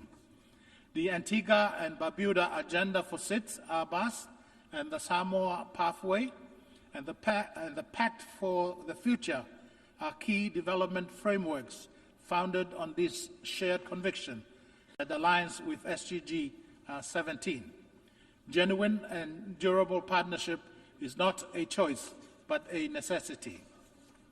It is a principle that continues to shape international cooperation and respond to the unique and persistent challenges that SIDS and LDCs like Tuvalu continue to face. Tuvalu acknowledges the progress achieved for such genuine and enduring partnership. However, greater global efforts remain needed by those at the lower end of the global economic scale, like the LDCs and the SIDS. The Decadal Guide for Financial Cooperation, dubbed the Compromiso de Sevilla, fell short of our ambition for a truly transformative financing framework. Much to our disappointment, there is also omission of previously agreed climate financing language from the document. Nevertheless, Tuvalu reiterates the call for urgent, scaled-up adaptation finance and the rapid operationalization and replenishment of the Loss and Damage Fund, including through the innovative use of special drawing rights. Tuvalu remains steadfast in its call for increased grants and concessional financing, improved access to climate change and development funds, technology transfer and capacity building initiatives that are tailored to the special circumstances of small island developing states. Moreover, international financial institutions must reconsider eligibility criteria that prevent vulnerable countries from accessing support simply because of income classifications that do not reflect our exposure to multidimensional risk. For Tuvalu, justice in global finance means recognizing that vulnerability cannot be measured by GDP alone. It means valuing resilience, equity, and the right of every nation, large or small, to chart a secure and sustainable future. Timely and targeted assistance is not charity. It is a matter of justice and survival. For the foregoing reasons, Tuvalu has joined the Pacific Resilience Facility, which is a Pacific-led and Pacific-managed facility to cater for the specific adaptation needs of Pacific Island countries in the face of climate change. Tuvalu calls on the international community, especially the developed countries and partner organizations, to support the capitalization of the Pacific Resilience Facility. Mr. President, non-communicable disease, NCDs, are the leading cause of morbidity and mortality in the Pacific region and in the world at large, and Tuvalu is not an exception. Poor diet and obesity, intrinsically linked to the food security challenges, are key contributors to this escalating public health concern. Tuvalu therefore welcomes the political commitment demonstrated through the recent adoption of the political declaration on the prevention and control of non-communicable diseases and the promotion of mental health and well-being. The acknowledgement of the need for coordinated cross-sectoral actions reflect a spirit of collective responsibility and exemplify the critical support required by countries most affected by NCDs. At the national level, Tuvalu is fully committed to upholding the commitments outlined in the declaration in our shared pursuit of achieving the global target by 2030. Mr. President, earlier this week we commemorated the 30th anniversary of the 4th World Conference on Women, and the Beijing Declaration and Plan of Action, considered the most progressive blueprint ever for advancing women's rights. Tuvalu reaffirms its commitment to gender equality and has taken important steps towards that objective. The Tuvalu Constitution now prohibits discrimination based on sex, embedding gender equality in our highest law. And last year, in 2024, Tuvalu adopted a more updated and modern national gender equity policy to assure women's empowerment and protection from violence are integrated across all sectors. Women's rights are not only human rights, but are also a foundation of sustainable development, peace, and resilience. For Tuvalu, this means ensuring that women are not only included, but are leading in decision-making spaces, from village councils to global negotiation. Equally, Tuvalu places high importance on the role of young people in building a more just, sustainable, and inclusive future. As we also marked yesterday the 30th anniversary of the World Programme of Action for Youth, we take this opportunity to underscore our support for youth development and leadership. We must continue to create the conditions that allow our young people to realize their full potential as active agents for change, as innovators, and as partners in achieving the Sustainable Development Goal. Tuvalu recognizes that inclusive development cannot be achieved without the full and equal participation of women and youth. Mr. President, projecting the principle of inclusivity and leaving no one behind to the UN system, Tuvalu deeply regrets the continued exclusion of the Republic of China, Taiwan, from the United Nations system. As a long-standing and reliable development partner of Tuvalu, Taiwan has consistently demonstrated its commitment to international cooperation, making meaningful contribution across a broad range of development sector. Tuvalu holds the strong view that the UNGA Resolution 2758 does not preclude Taiwan's meaningful participation in the UN system, and Tuvalu calls for the admission of Taiwan as a member of the United Nations and its specialized agency. Similarly, it is regrettable to observe that the people of Cuba continue to bear the economic burden of long-standing unilateral economic sanctions, which deny them crucial international development assistance and partnership necessary for their recovery and rebuilding efforts. Tuvalu believes that sanctions which isolate and impoverish entire peoples run counter to the spirit of the United Nations Charter. Tuvalu supports the lifting of these sanctions and joins other member states in calling for the removal of Cuba from the list of state sponsors of terrorism. Mr. President, next week on the 1st of October will be Tuvalu's 47th independence anniversary.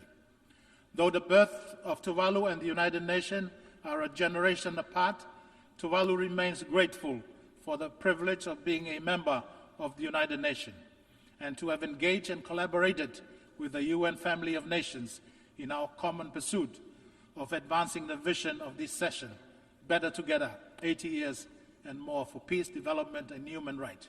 I wish to express my special thanks and sincere gratitude to the United Nations and its member states, in particular Tuvalu's generous traditional and emerging partners, for all the support and assistance afforded to Tuvalu.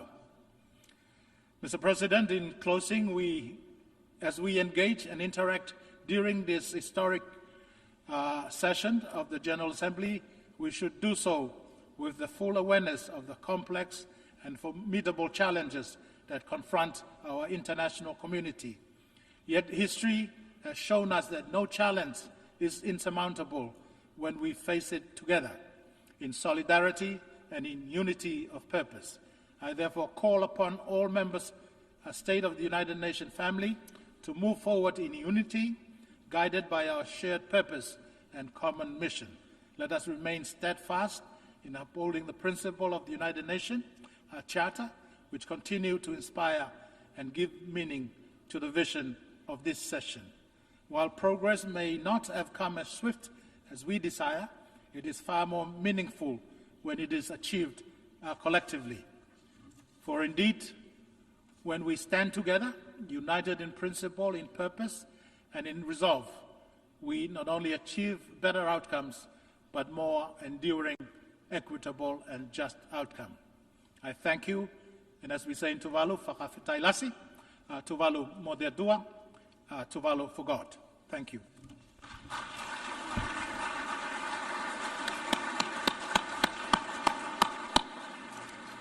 On behalf of the Assembly, I wish to thank the Prime Minister of Tuvalu. The Assembly will now hear an address of His Excellency Isake Balyu Ek, Prime Minister of the Kingdom of Tonga. I request protocol to score His Excellency and invite him to address the Assembly.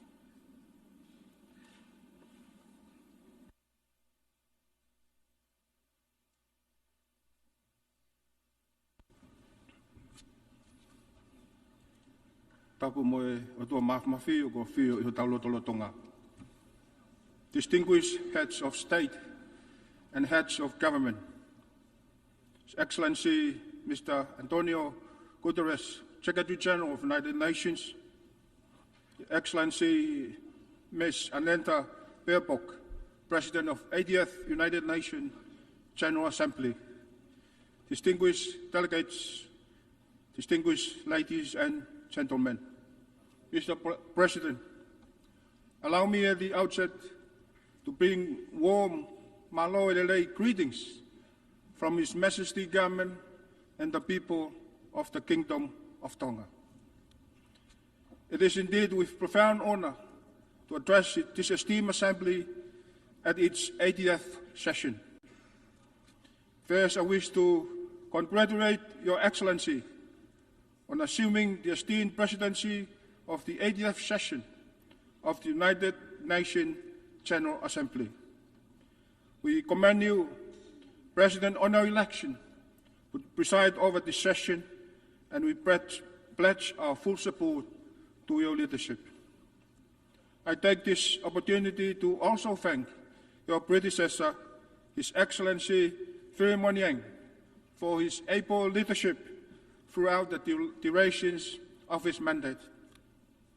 He also paid tribute to the Secretary General, His Excellency Antonio Guterres, Secretary General of the United Nations, for his steadfast efforts in advancing the purposes and principles of the United Nations and the roles he has played. Mr. President, we convene at this 80th session under the theme, Better Together, 80th years and beyond, for peace, development, and human rights. A vision to which Tonga pledges its full support. For us, as a small island developing state, these themes resonate deeply. The pursuit of peace, development, and human rights cannot be realized without urgent action on climate change, the protection of oceans, and the resilience of vulnerable communities. At a time when climate change has become a profound security threat, we must rally around the collective visions of the United Nations. For only through solidarity and shared responsibility can we safeguard our planet, uphold the dignity of all peoples, and secure a sustainable future for generations to come. As I stand before you in commemorating the 80th anniversary of the United Nations, I am pleased to share that Tonga will soon celebrate 150th anniversary of our Constitution on 4th of November 2025. Constitution Day is a profound reminder of our sovereignty, unity, and enduring independence. Proclaimed in 1875 by His Majesty King Tupou I, our Constitution laid foundation for justice, the protection of land, and the rights of people. As we mark its 150th anniversary, we celebrate not only a historic milestone, but also a living legacy that continues to guide our nations and inspire our future generations. Mr. President, Tonga reaffirms its steadfast commitment to the purposes and principles of the United Nations Charter, first signed in San Francisco 80 years ago. That historical document continues to guide our collective pursuit of peace, security, human rights, and development. It visions endure as a beacon for multilateralism, reminding us that the challenges we face today cannot only be addressed through unity, cooperation, and respect for international law. Mr. President, Tonga welcomes the UN 80 reform processes as an opportunity to ensure that the nation remains fit for purpose in addressing today's challenges, just as Pacific undertakes its own review of the regional architecture under the 2050 strategy for the Blue Pacific continent. For us, reform is not abstract. It is about survival, dignity, fairness, and efficiency. If the UN is to deliver for our people, it must deliver with us, through us, and in alignment with the principle our leaders have endorsed. This means anchoring regional integrated platforms within the Pacific Islands Forum, ensuring financing flows respond to regionally determined priorities, safeguarding access for the small administrations, easing reporting patterns, and above all, increasing Pacific representations across the UN system and decision-making bodies. Only then can we renew trust in multilateralism, ensure that our voices shape global outcomes, and guarantee that the Blue Pacific continent benefits from effective, inclusive, and responsive multilateral delivery. Mr. President, Tonga welcomes the adoption of the Pact for the Future with its annexes, the Global Digital Compact and declarations of future generations as both an opportunity to strengthen multilateralism in a time of global crisis, and a responsibility to ensure no nation, however small or remote, is left behind.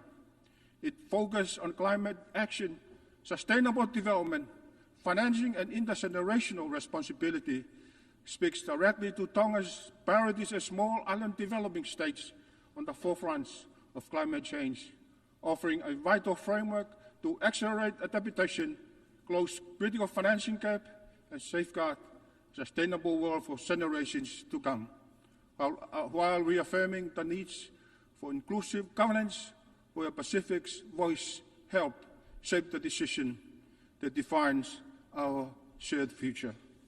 Mr. President, last month, Tonga concluded its chairmanship of the 53rd Pacific Islands Forum Leaders Meeting. The Kingdom was privileged to host Secretary General Antonio Guterres on our shores.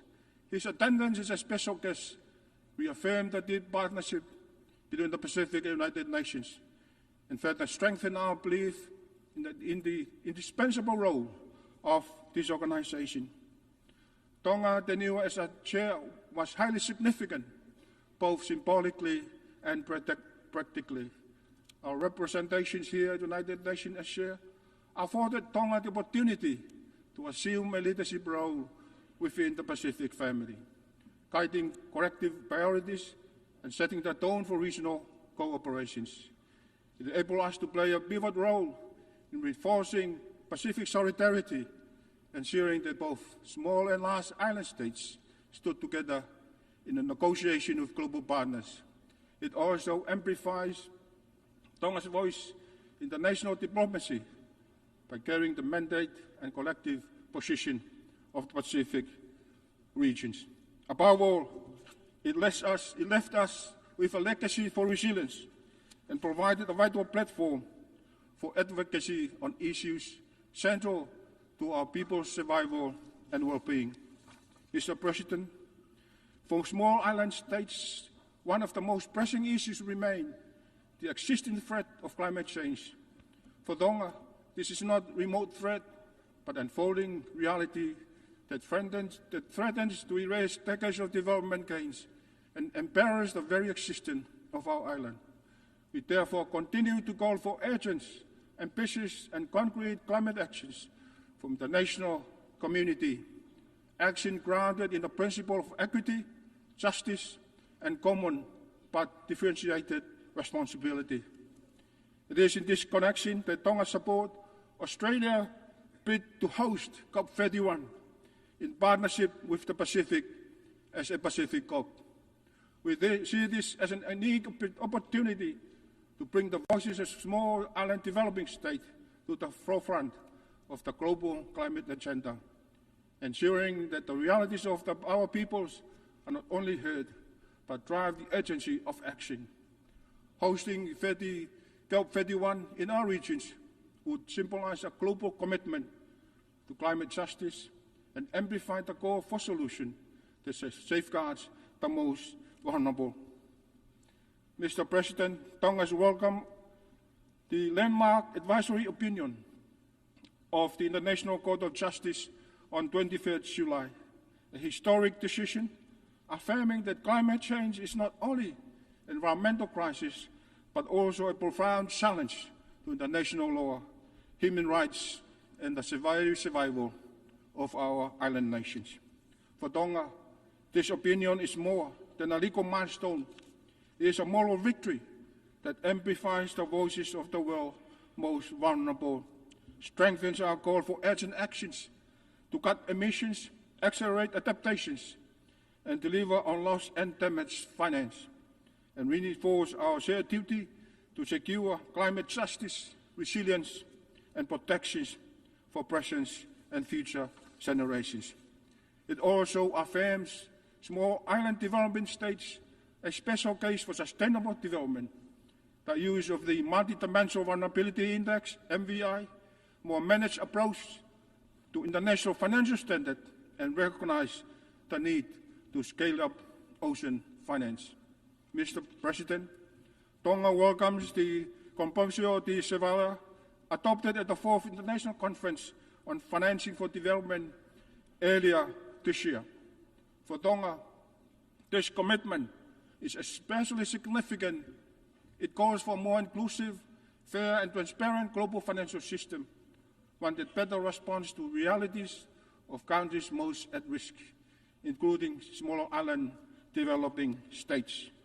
This speaks directly to Tonga's priorities, mobilizing equitable financing for climate resilience, disaster preparedness, and sustainable development, addressing that sustainability and ensuring that no country is left behind because of its size, geography, or vulnerability. We see this as a framework that can help transform inequality into opportunity and reaffirms our goal for development finance that delivers for our people and for our future generations. Mr. President, Tonga joined the international community at the 2025 United Nations Ocean Conference in Nice, France, under the theme Accelerating Actions and Mobilizing All Actors to Conserve and Sustainably Use the Oceans, where we underscore the centrality of sustainable ocean-based economies to Pacific Island countries that rely on the ocean for food security, trade, and culture. And we call for integrated ocean governance, stronger financing for marine conservation, resilient maritime infrastructure, and sustainable transport across our islands, while reaffirming our commitment to the Nice Ocean Action Plan and the political declarations. At home, Tonga has taken concrete steps with the Ocean Management Bill 2025, a landmark framework to conserve biodiversity, manage resources sustainably, and protect our marine environment for the benefit of our people and the future generations. Mr. President, Tonga is proud to have joined the Pacific family in the adoption of the Ocean of Peace Declarations, declaring that the Blue Pacific continent as an ocean of peace. This is more than symbolism. It is a shared regional vision that peace, security, and sustainability are deeply interconnected with how we treat our ocean, how we protect our environment, and how we safeguard our communities. Tonga supports this declaration fully and calls for the principle to be embedded in our international ocean governance, climate actions, and sustainable development of efforts. The ocean must not only be protected, it must be honored as a foundation of our security, of our economies, our way of life, our legacy of resilience. Mr. President, it is in this spirit of resilience that Tonga is proud to host the Pacific Resilience Facility, the Pacific-led, member-owned and regionally managed financing mechanism dedicated to strengthening climate and disaster resilience across our Blue Pacific continent. Tonga acknowledges with gratitude the commitments and contributions already extended by our development partners and friends of the Pacific. And we continue to urge global partners to support a Pacific-led solution, the PRF, designed to bridge the financing gap for small, high-impact adaptation projects. And in doing so, we not only strengthen resilience in the Pacific, but also demonstrate how regionally owned solutions can advance global climate and sustainable development agenda. Mr. President, Tonga continues to strengthen laws to protect our children, especially those who are susceptible to harm from technology in this digital age, and empower our youth, recognizing them as the foundations of our nation's future. Remain firmly committed to safeguarding public health and addressing the dual threats posed by the scourge of drugs and the rise of non-communicable diseases. At the same time, we acknowledge the complex challenges of migrations and deportees, while valuing the enduring contributions of our diaspora to national development. We also view economic development as a vital pathway to opportunity and resilience, harnessing trade and sport as a drivers of growth, unity, and national pride. Together, these priorities embody Tonga's vision of a just, healthy, and prosperous society where no one is left behind. And lastly, may I remind this assembly to seek wisdom and strength beyond ourselves. Let us first ask God for guidance in our shared pursuit of peace, in advancing sustainable development, and in safeguarding the dignity and human rights of all peoples. In humility, we recognize that our common challenges are greater than any one nation. In closing, may I share the national motto of Tonga, Tua Matonga Kohok Tofia, which translates that God and Tonga are my inheritance. It is from these foundations that I draw a strength to serve with humility and dedication. A reminder that with faith, solidarity, and collective actions, we can rise to above and beyond, turning trials into pathway for hope, guided by compassion and a spirit of service, the humanity. God bless United Nations. Malo Opito. Thank you.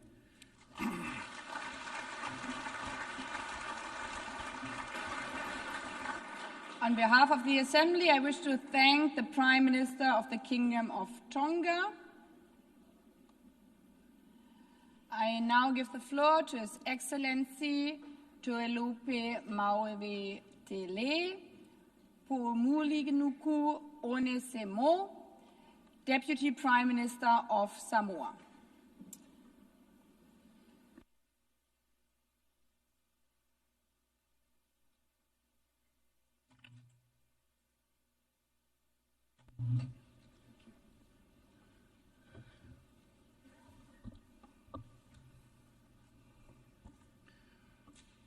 Samoa e tātou tofi, tāpua I mai amal manuia, I whairu tātou sāo, I upu whai o malo au whatasi. President, world leaders, excellencies, I wish to congratulate Her Excellency Ms. Annalena Baerbock on her election as President of the 80th session of the General Assembly. The theme you have chosen resonates deeply with Samoa, particularly as we celebrate 80 years of our United Nations. It is timely call for our collective actions towards a more peaceful, sustainable, and resilient future for our people and planet. You can be assured that Samoa's full support throughout your mandate. Excellencies, we live in times of global turbulence and uncertainty. Profound and transformative change is not only necessary, but also inevitable. We must prepare ourselves to face the challenges ahead with resolve and use opportunity to herald in much-needed reforms for the benefit of all and leaving no one behind. Its unwavering commitment to the United Nations as a premier forum to address global challenges. Multilateralism for Samoa is a practical necessity and not just an abstract ideal. Only through genuine cooperations and mutual trust can we craft solutions that no single nation could achieve alone. We welcome the Secretary General's UN 80 initiative. Any reform must strengthen delivery on the ground, especially for small islands, developing states, by eliminating duplications, improving coherence, and accelerating impact. Critically, such reforms must not weaken the operations of the UN multi-country offices or the resilient, coordinated coordinator system. Likewise, the reforms of the MCO level should clearly define the roles and the functions of the UN country teams, working in close coordination with parish countries to avoid duplications, competition for resources, and proliferation of projects that small administration cannot manage efficiently. At the regional level, the UN must deliver with the region throughout the region and align with the principles agreed to by the Pacific leaders, as articulated in the 2050 strategy for the Blue Pacific continent. The UN 80 initiative is the opportunity to jointly realize regional delivery of ongoing initiatives through regional mechanisms. Excellencies, land and the ocean are central to Samoan culture and are also the basis of our people, sense of belonging, our whasinomanga, and our heritage, our tofi. Village boundaries were marked by age of oak banyan trees on the mountain ridges and extend to the protruding reef, such as the values that make us a distinct people, where our history, traditions, identity, livelihoods, and everyday lives are intimately connected to our precious island ecosystem, underpinned by our unique communal Samoa culture and traditions. Our geographical isolation and insularity no longer shields or protect us from the increasingly complex and dynamic security challenges, transnational crimes, especially drug trafficking, nuclear proliferations, challenges to sovereignty, growing geopolitical tensions in our region, and humanitarian crisis. The rule-based international system is being bent out of shape. Gone were the days where we took only what we needed from our environment, when we were a lot more conscious of the importance of a continuity of our culture and values, unadulterated by the impinging world around us. Unfortunately, this important connection makes us particularly vulnerable to the adverse effect of climate change. Over the past decades, we have witnessed more frequent and intense storms and cyclones, such as we left a trail of destruction in the wake, homes flattened, food crops destroyed, lives lost, constant threat of relocation. The reality of climate change and increase in severity of disasters mean many communities are at risk of losing traditional homelands as rising sea levels, king tides and storm surges wash away the shoreline, and inland communities experience landslides, living communities devoid of safer and more disaster-resilient land. Regrettably, continuous inaction means detrimental effect of all aspects of Samoan life. Climate change remains the greatest existential threat to Samoa and other Pacific states. Its impact are more extensively felt by the states due to our special circumstances and the lack of capacity to respond quickly and effectively. We commend the International Court of Justice advisory opinion, which rightly recognizes the climate change not merely as an environmental concern, but as an existential problem of planetary proportion that requires urgent global action. Unless we invest now in climate mitigation adaptation and resilient economies, we risk compounding both environmental and financial crises. We must do more to turn the tide, to honor our commitments and obligations, and to take urgent and ambitious climate actions now. As we approach COP30 in Brazil, we urge that the new NDCs reflect maximum ambition, including 50% reduction in global emission by 2030. 35 countries responsible for 86% of global emissions must be part of the solution, not just the problem. One can continue to question whether climate change is real, but for Samoa and the Pacific, the impact of climate change confronts us on a daily basis. It is our lived reality. Samoa will be launching its third national determined contribution ahead of COP30. This updated plan, developed through inclusive consultation, captures both the realities and the aspirations of all Samoans. But we cannot do it alone. Excellencies, now is the time for the world to witness firsthand of the consequences of climate change in our region. You can only truly appreciate our challenge if you visit us. There is no better place to discuss climate ambitions and solutions than in the Pacific, where climate change impact is a lived reality. This is why Samoa supports Australia's bid to host COP31 on behalf of the Blue Pacific continent. We also strongly endorse the recent AOSIS declaration on the special circumstances of SIDS. And we can all states, international and organizations, and treaty parties to recognize and reflect these unique vulnerabilities in the design, interpretation, and implementation of multilateral agreements. Excellencies, the Pacific Ocean is our greatest asset that must be sustainably managed for the benefit of our present and future generations. It unites our islands in common purposes. It is our home and our key to a future of infinite promises. Therefore, we continue to call for urgent global actions to implement SDG 14. The third UN Ocean Conference in Nice marked in our global ocean journey, but much more needs to be done. The ocean crisis is a direct result of our choices. The pursuit of economic growth has come at a grave cost to our marine ecosystem. Coupled by the unchecked exploitation of these sea-bedded mineral resources, our ocean faces a crisis of limitless proportions.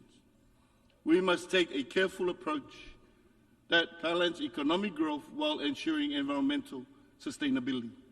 Samoa hosted the Commonwealth Heads of Government meeting in 2024, at which its leaders adopted the Apia Commonwealth Ocean Declaration.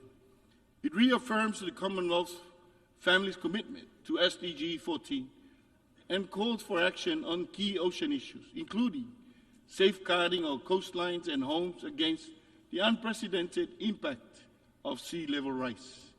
The Apia Commonwealth Ocean Declaration was acknowledged and recognized for action as part of the recently issued ICJ advisory opinion. We remain actively engaged in negotiation towards global treaty on plastic pollutions, particularly to protect our marine environment. For Samoa, plastic pollution is a daily battle impacting our livelihoods, food security, and public health. We are pleased that we have reached the required 60 ratifications for the PB&J to enter into force. We are moving closer to the most important part, its effective implementation. At the national level, through the Samoan Ocean Strategy, we have completed and legally adopted a marine spatial plan which helps implement our commitment to protect 30% and manage 100% of our ocean by 2030.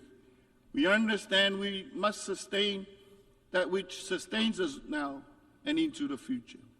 Excellencies, climate finance is the bridge for ambitious to action. It must be scaled up, easily accessible, devoid of burdensome conditions, and responsive to the needs of small island states. This way, the climate funds end up in the villages and the communities that need it the most. Financing of development conference in Sevilla was, regrettably, a missed opportunity. Since the Rio conference in 1992, we have made countless pledges and commitments to the development agenda. But too often, we simply rebrand and recycle old ideas while failing to deliver tangible progress. Meanwhile, multilateralism is under siege, and international financial commitments are being eroded. Overseas development assistance is being cut significantly, and the global financing gap for the SDGs stands at $4 trillion. Yet, when it comes to war, funding is never short supply. The stark contrast should give us pause. We must also address and confront the deep systemic inequalities, inequities embedded in our global economic and financial architecture. Yesterday's solutions are no match for today's crisis. A modern, just, inclusive financial system must be created, one that recognizes small island states, understands them, and work in the interest of citizens. Debt forgiveness must be linked to measurable progress on resilience building. Samoa supports the incorporation of state contingent clauses in the debt instrument, allowing for suspension during crisis. We look forward to the timely implementation of the Sevilla Commitment. Excellencies, non-communicable diseases are now the dominant health burden in Samoa and in the Pacific region.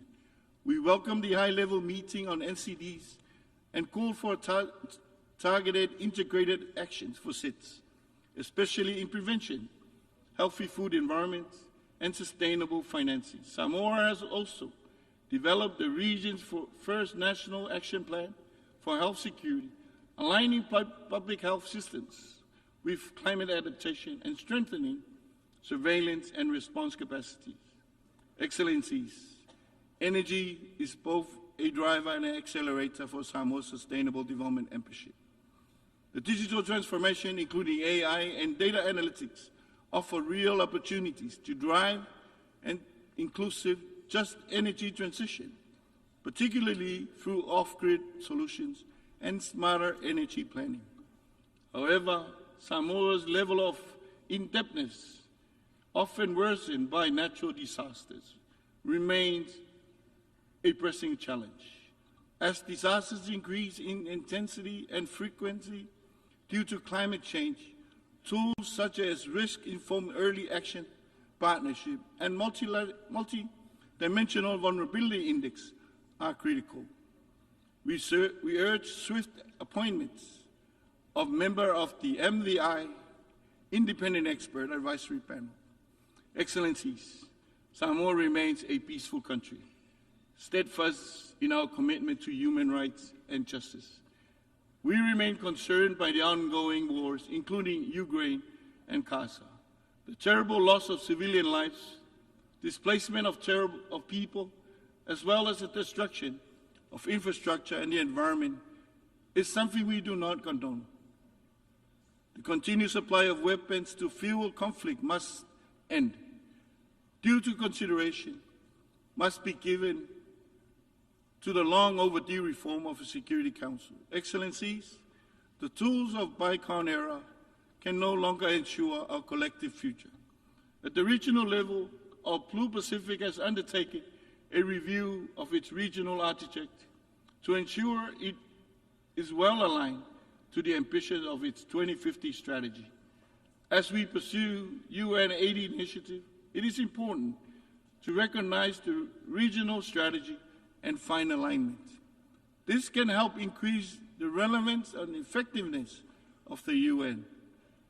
80 years on, we call on the UN and the global community to work with Samoa to ensure our true resilience, where we can confidently engage as a global citizen, but be able to rely on our own national and regional efforts to pave a peaceful and a prosperous future for Samoa and the Pacific. We must choose courage over cautions, cooperation over indifferences, and delivery over delay, guided by our charter and anchored in our pillars of peace and security, human rights and development for all. Let us steer our global canoe with confidence, fueled by trust, cooperation, partnership, and our humanity. Thank you, and God bless.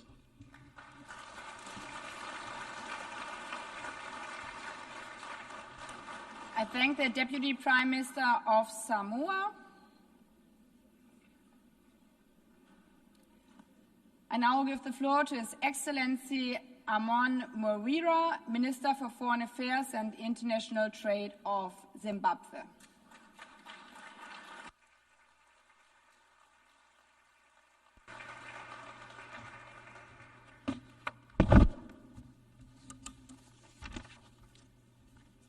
Your Excellency Ms. Annalena Baerbock, President of the 80th Session of the United Nations General Assembly, Your Majesties, Your Excellencies, Heads of State and Government, the Secretary General of the United Nations, Mr. Antonio Guterres, distinguished delegates, ladies and gentlemen, I'm humbled to issue this statement on behalf of His Excellency, the President of the Republic of Zimbabwe, Dr. Idi Mnangagwa. Let me warmly congratulate you, Madam President, on your election as President of the 80th Session of the Assembly. We are confident that under your stewardship, this milestone session will be remembered for renewed multilateral cooperation. Please be assured of Zimbabwe's support throughout your tenure. We also wish to pay tribute to your predecessor, His Excellency Philemon Young, for his leadership during a period marked by heightened geopolitical tensions and a retreat from multilateralism. This 80th anniversary of the signing of the UN Charter is a timely opportunity for us to reflect upon the journey of the past 8 decades. The resolve of the 50 nations that gathered in San Francisco in 1945 was to save the world from the scourge of war and conflict. Today, 193 nations are here to bear witness that since then, the United Nations has endured as the legitimate multilateral institution to address issues of global interest and concern. Yet, we commemorate this milestone at a time of profound uncertainty when the world is confronted by escalating conflicts, economic slowdowns, increasing poverty, and widening inequality, humanitarian tragedies, and the vagaries of climate change. Madam President, on the principle of multilateralism, it is our collective responsibility to recommit to the principles and purposes of the UN Charter for the benefit of the present and future generations. As Zimbabwe, we have anchored our foreign policy on multilateralism, guided by the principle of sovereignty, equality, and peaceful coexistence among nations. We believe that no nation can prosper in isolation. Zimbabwe's participation in multilateral processes is therefore aimed at advancing peace and security, human rights, and sustainable development for the integrity, dignity, and prosperity for all humanity. We welcome the Secretary General's UN 80 initiative on reforming the UN. The reform must allow the organization to evolve in line with contemporary realities, while strengthening and not diminishing the voice and participation of developing countries. Any reform that sidelines the aspirations of the global South runs contrary to this very spirit of the UN Charter. For the United Nations to remain effective and responsive, its reform must be member state driven, inclusive, and anchored in the principle of sovereign equality of all member states. This anniversary must, therefore, serve as a solemn reminder that humanity achieves more by working together than working apart and working against each other. Madam President, on the principle of peace and security, it is clear that peace, development, and human rights can only be fully realized through the reform of global governance institutions. The global economic, political, and security architectures established after the Second World War no longer reflect today's realities. In 1945, a large percentage of the current UN member states, including Zimbabwe, were mere colonies. To this end, we reiterate Africa's long-standing call for the comprehensive reform of the United Nations Security Council. Africa's continued total exclusion from the permanent category and underrepresentation among non-permanent members is an aberration which requires urgent redress. Decisions on Africa cannot continue to be made without Africa at the table. We cannot go back to 1884 when Africa was on the menu. Madam President, Zimbabwe underscores the importance of enhanced cooperation between the Security Council and regional organizations, such as the African Union, to address the root causes of conflicts. We believe that sustainable peace cannot be achieved without advancing the women, peace and security, and youth in the agenda.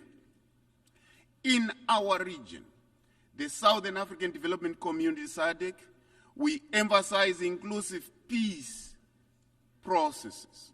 We stand by the principle that peace is not merely the absence of war, but the presence of justice, equity, equality, and respect for human dignity.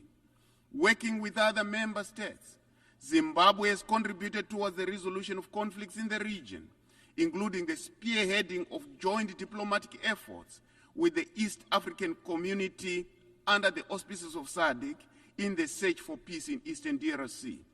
Our consistent contribution to UN peacekeeping missions in conflict areas is a testimony to our commitment towards peace and security for all.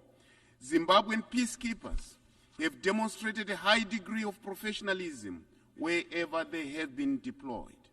Guided by this legacy of commitment to peace, Zimbabwe has presented its candidature for a non-permanent seat on the United Nations Security Council for the term 2027-2028, determined to share its experiences and make its contributions in promotion of a safe and secure world for all.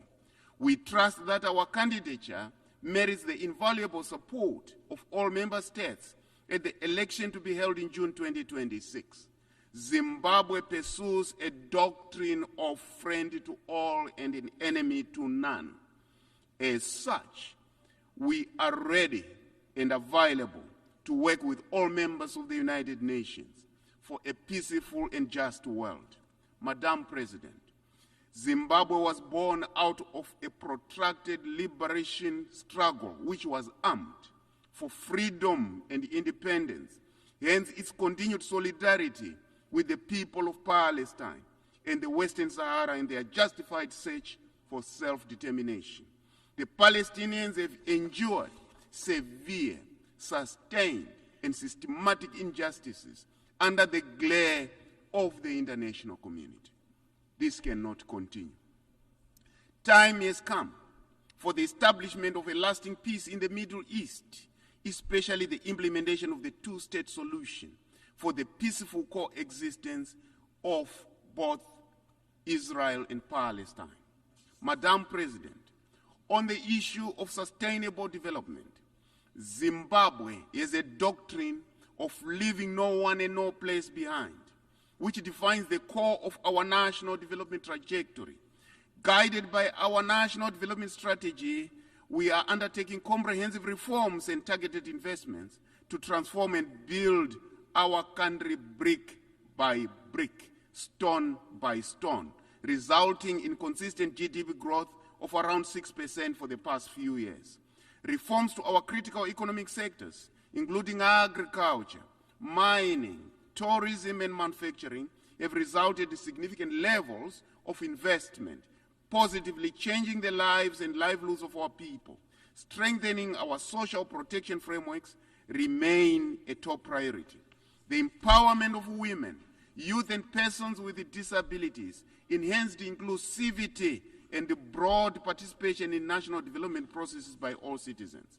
In addition to Zimbabwe's efforts, is its mainstreaming climate action across all development planning processes. Our focus is on expanding renewable energy use, strengthening early warning systems, scaling up climate-smart agriculture, upping our irrigation systems. Zimbabwe is ready and available to share with the UN member states our successful conservation agriculture technique that we call Pfumvudza Intwasa, which is climate-smart as a model, which is among the best, including other economic empowerment models. Madam President, we reaffirm our commitment to the Paris Agreement and the principle of common but differentiated responsibilities. As we approach COP30, Zimbabwe calls on all states to demonstrate greater ambition by enhancing their nationally determined contributions. Madam President, we welcome the adoption of our WASA program of action for landlocked developing countries. We hope our commitment will be translated into tangible actions in line with the broader objective of reforming the international economic order to make it fairer, more inclusive, and responsive to the need of developing countries.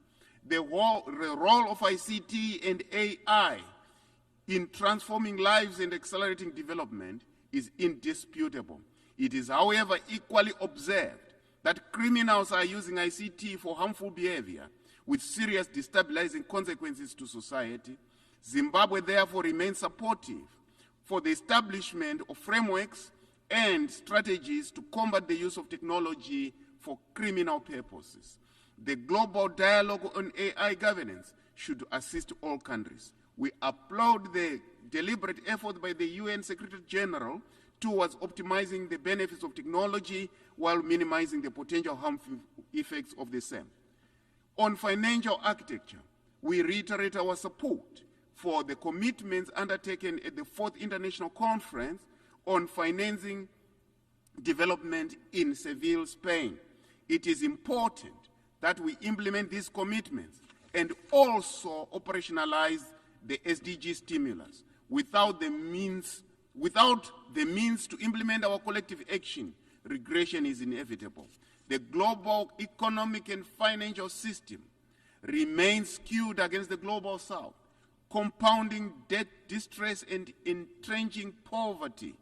The reform of the international financial architecture is a critical necessity to unlock development finance, especially for the developing countries that have remained peripheral to the development chain. Madam President, we emphasize the importance of a fair and rules-based international trading system that ensures equitable opportunities for all nations, particularly developing countries.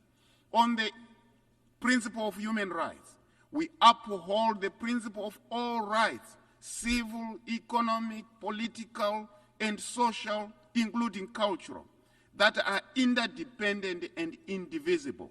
We reject attempts to elevate some rights over others. We equally reject the selective, arbitrary, political, and biased application of human rights frameworks and standards. We reaffirm our support through the non-aligned movement for a legally binding covenant on the right to development, an essential framework to strengthen the global development agenda. In December 2024, Zimbabwe abolished the death penalty, reaffirming our commitment to the sanctity of human life. Madam President, despite our gallant efforts towards national prosperity, we have continued to face challenges occasioned by the illegal, unilateral, coercive measures imposed on us. We therefore reiterate the call for the unconditional removal of these unjustified and unwarranted sanctions on Zimbabwe and for Zimbabwe to realize its full potential. Our people have remained resilient against this adversity, encouraged by the unwavering solidarity and support from our sister SADC countries and the African Union and other progressive partners across the world. We are greatly indebted to this magnanimous pillar of support. Zimbabwe also stands in solidarity with other nations under UCMs, especially the government and the people of Cuba, in their continued fight against one of the longest economic blockades. We reiterate our call for the removal of this comprehensive embargo. We welcome the designation of 4 December as the International Day Against Unilateral Coercive Measures. This should increase voices against the human cost of sanctions, reaffirm diplomacy over domination, and advocate for a return to legality, legitimacy, and multilateral cooperation. Madam President, the United Nations today stands at crossroads amid multiple and intersecting crises. However, let us seize this anniversary to renew our covenant for peace, recommit to development, and strengthen the pillars of multilateralism that truly serves we the people. The greatest lesson from COVID-19 pandemic was that no one is safe until everyone is safe. Similarly, our sustainable future is possible only when we leave no one and no place behind. Let us build the future we all want, the future we are all proud of. I thank you.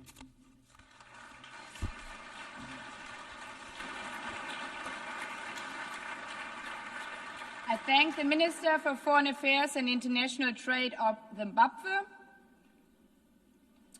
I now give the floor to His Excellency Winston Peters, Minister for Foreign Affairs, Minister for Racing and Minister for Rail of New Zealand.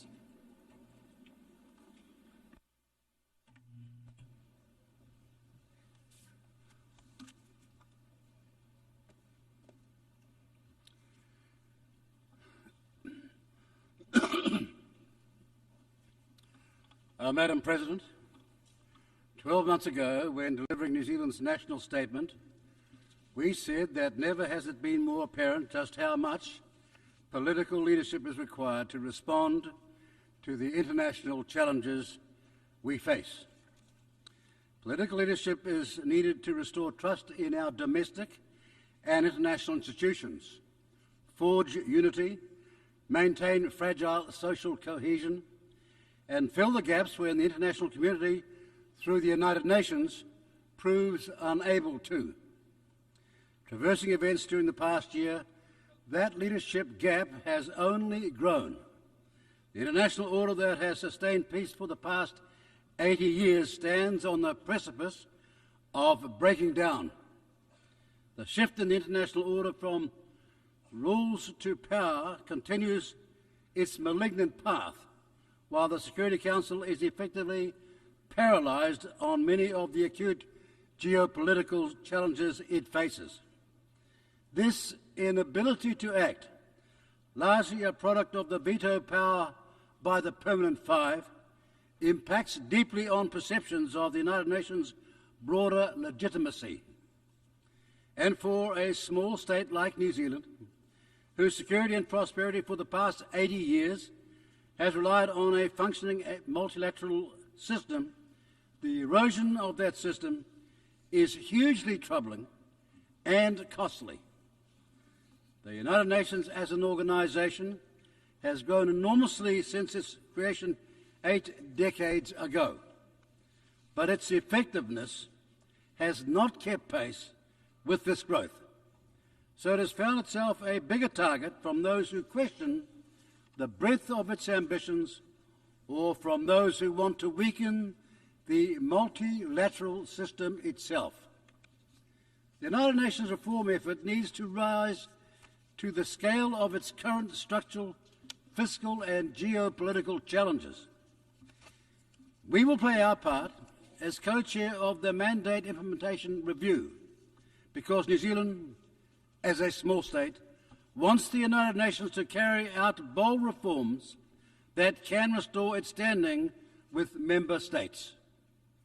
New Zealand is deeply troubled by the humanitarian disasters we see globally. While the international community's focus is rightly dominated by the suffering in Gaza and Ukraine, humanitarian crises in countries like the Democratic Republic of Congo, Syria, Sudan and Myanmar lead us to a deeper concern. Our concern is that the effects of large-scale violence, displacement and famine will create further intergenerational cycles of violence in countries already racked by political instability and conflict. Nearly 17 million people require humanitarian aid in Syria, with a similarly large number displaced. Over 21 million Congolese require humanitarian support. In Sudan, more than 30 million people, some 65% of its population, require urgent humanitarian aid and protection. Basic services have collapsed, vaccination rates plummeted, and violence, including sexual violence, are endemic. Some 13 million Sudanese people have been displaced from their homes. In Myanmar, over 3.5 million people are internally displaced and 22 million in need of humanitarian assistance, making it the worst humanitarian crisis in Southeast Asia. These bold numbers are shocking to contemplate because they say that in too many places our shared humanity is held in contempt or worse. We need leadership that creates possibilities, not extinguishes them. Leadership that persuades rather than controls. And leadership that appeals to our better angels, not our worst instincts. We most of all need leadership that meets the common desire for shelter, sustenance, to live in peace, feel secure, and to live with the hope that their children will flourish. Most of all, we need leadership that is courageous. It was courageous leadership that saw Egyptian President Anwar Sadat address the Israeli Knesset in Jerusalem in November of 1977 to extol peace. Sadat will pay the ultimate sacrifice for his courage, but his country and Israel have benefited from his courage in the decades since. In that speech, Sadat said, and I quote, "The struggle which took us from war to war, from victims to more victims, until you and we have today reached the edge of a horrible abyss and a terrifying disaster unless together we seize this opportunity today of a durable peace based on justice." End of quotes. We again are on the edge of a horrible abyss in Gaza. But where, we ask, is the quality of leadership that can pull Israelis and Palestinians back from the abyss to project hope to the victims of this intolerable violence? Because without hope, the cycles of violence that fuel and perpetuate this never-ending conflict will not end. It will instead be a terrorist breeding ground, creating the next generation of recruits for those who only hate. That is the current context which the New Zealand government is considering the vexed question of Palestinian statehood. New Zealand is an enduring supporter of the two-state solution and Palestinian self-determination. Our long-standing policy is that Palestinian state recognition is a matter of when, not if. Now, we noted the announcements by some countries in July and August that they intended to recognise Palestinian statehood this week, now confirmed. We have also closely observed the Israeli government's actions in Gaza and on the West Bank following these earlier announcements. And we have listened carefully to the arguments made earlier this week at the Two-State Solution Conference.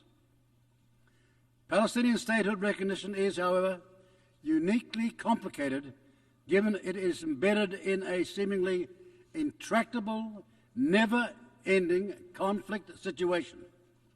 Very few New Zealanders can recall any period of sustainable peace in the Middle East during their lifetimes. And while New Zealand is furthest away from that conflict in the Middle East, we also acknowledge the strongly held views people have about it. New Zealanders were appalled by the barbarity of Hamas' attack on Israel citizens on October 7, 2023. The worst massacre in Israel's history, and Hamas have no plan and no place in any future Palestinian state. They know only hate. Today, nearly 2 years on from the horror inflicted that day, including the continued holding of Israeli hostages by Hamas, we are shocked to our core by harrowing images of famine in Gaza.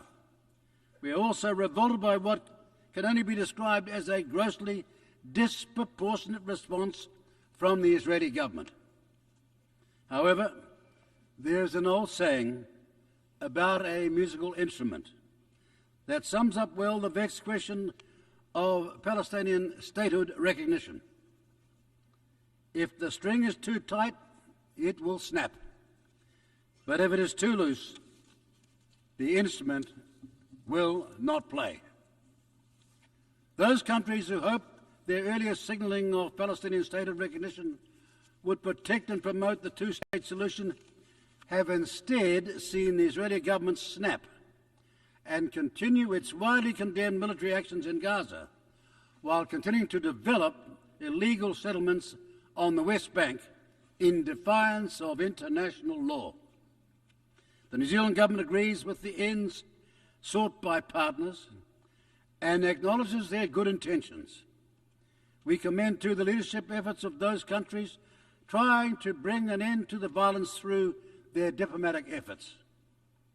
We desperately want diplomacy to succeed, and we believe it is those countries with leverage who are most likely to achieve a breakthrough that would show global leadership. However, we do not believe that the current situation represents the last or even best chance to preserve the two-state solution. Rather, we think a future situation when Israeli and Palestinian political leadership is an asset, not a liability, and where other situational variables have shifted the current calculus away from conflict and towards peace, would be more conducive for recognising Palestinian statehood. Therein lies our dilemma over any decision to recognise Palestinian statehood now, because statehood recognition is an instrument for peace. As an instrument for peace, also does not play, because there are no fully legitimate and viable state of Palestine to recognise. Palestine does not fully meet the accepted criteria for a state, as it does not fully control its own territory or population. There is also no obvious link between more of the international community recognising the state of Palestine and the aimed objective of protecting the two-state solution. Indeed, what we have observed since partners' pronouncements reveals that recognising Palestine now will likely prove counterproductive. That is, Hamas resisting negotiation in the belief that it is winning the global propaganda war while pushing Israel towards even more intransigent military positions. Recognition at this time, we also think, is open to political manipulation by both Hamas and Israel. Hamas will seek to portray our recognition of Palestine as a victory, as they have already done in response to partner announcements. Israel will claim the recognition rewards Hamas and that it removes pressure on them to release hostages and agree to a ceasefire. Ladies and gentlemen, because even now, after almost 2 years of this outrage, Hamas refused to give the hostages back. And then, like over 150 countries before it, New Zealand's recognition of Palestinian statehood now would serve as little more than an existential act of defiance against an unalterable state of affairs. We are not ready to make that gesture. Rather, the New Zealand government believes that it has one opportunity to recognise Palestinian statehood, and it would make better sense to do so when conditions offer greater prospects for peace and negotiation than at present. With a war raging, Hamas still in place, and no clarity on next steps, we do not think that time is now. We have, ever since the October 7 attacks, repeatedly demanded a ceasefire, the release of the remaining hostages, and for Israel to allow vital aid to flow into Gaza. That is where our focus remains. To that end, today, the New Zealand government announces a further significant financial contribution to support the humanitarian crisis in Gaza. Our focus will not shift from where it's needed most. In Gaza, right now, aid must flow and the violence must cease. Ultimately, however, if leaders and their people do not covet peace or cannot overcome their hate, no actions taken by us will shift them from their destructive and ruinous path. But if they do covet peace, and when we see action, not in the form of rhetoric, but of agreements, and when statehood emerges, then institutions to support it, New Zealand will then recognise Palestinian statehood. Colleagues, our focus on the leadership gaps that exist in our troubled world goes directly to our responsibility as member states, large and small, to bolster the United Nations to ensure, to our Charter's preamble, as it proclaims, to save succeeding generations from the scourge of war. Our support for the United Nations has remained unwavering since the creation in San Francisco. Keeping the spirit of San Francisco alive is the work of us all, because the United Nations, as was once said, remains our greatest hope for future peace.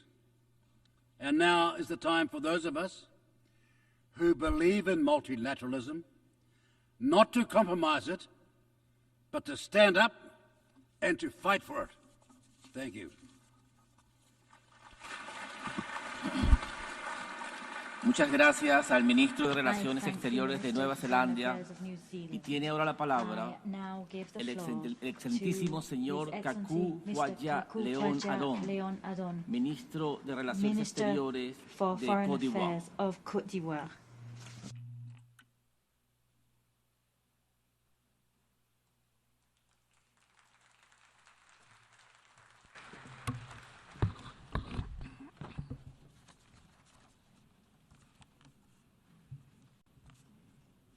Madame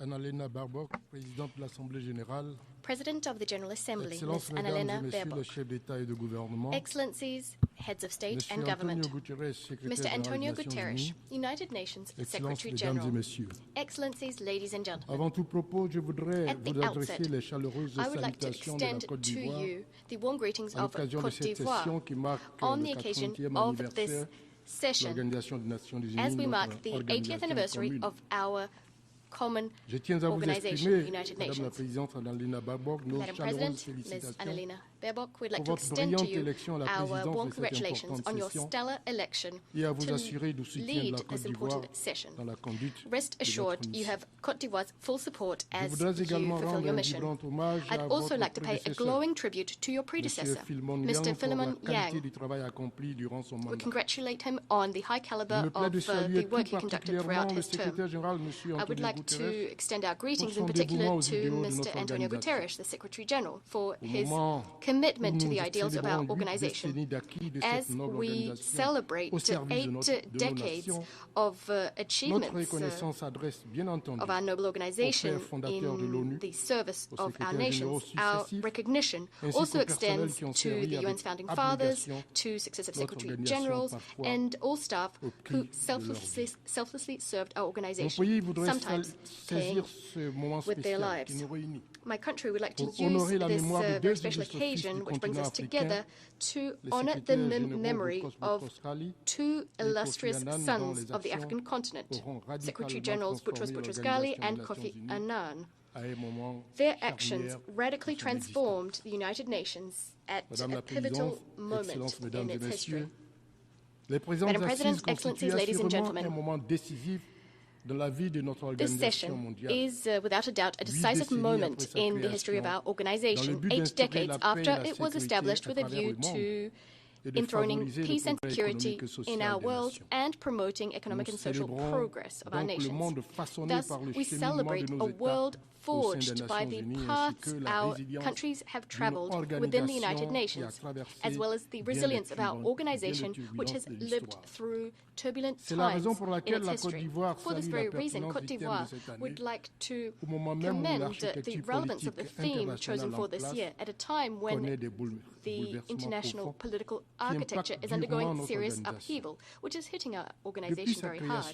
Ever since it was established in 1945, the United Nations, propelled by the faith of its member states in multilateralism and international solidarity, as well as their determination to build a better world than that was bequeathed to them by the Second World War, well, the organization has managed to make great progress in discharging its mandate. Against this backdrop, the United Nations shaped the fates of many people and countries by contributing to them acceding to independence and international sovereignty.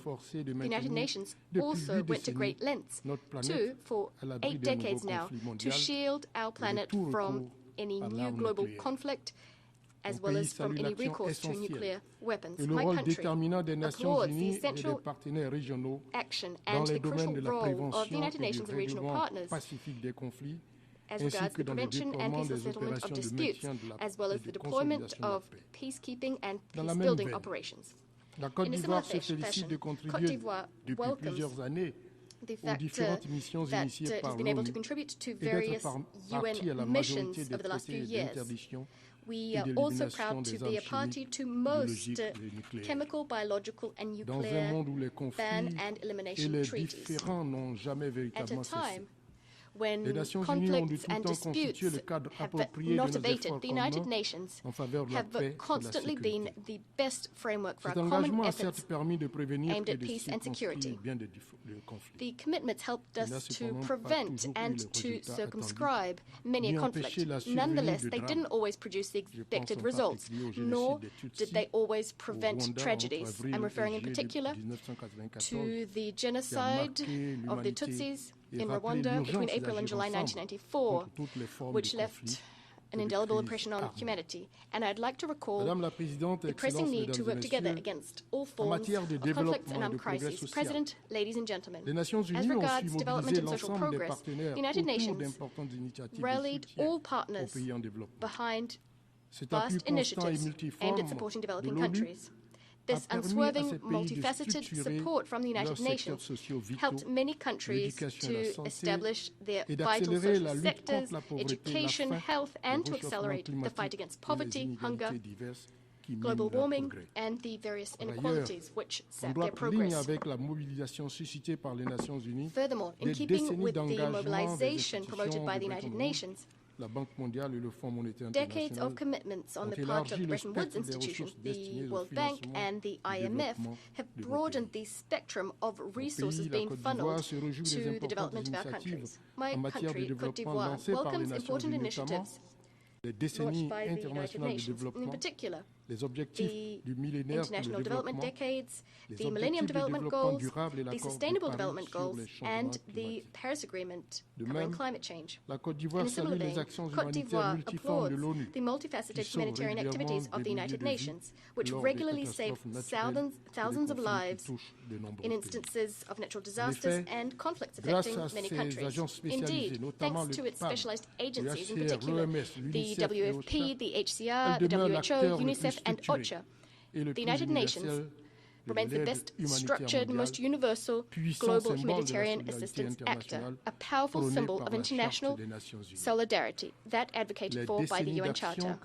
Decades of action, that's what we're celebrating throughout this session.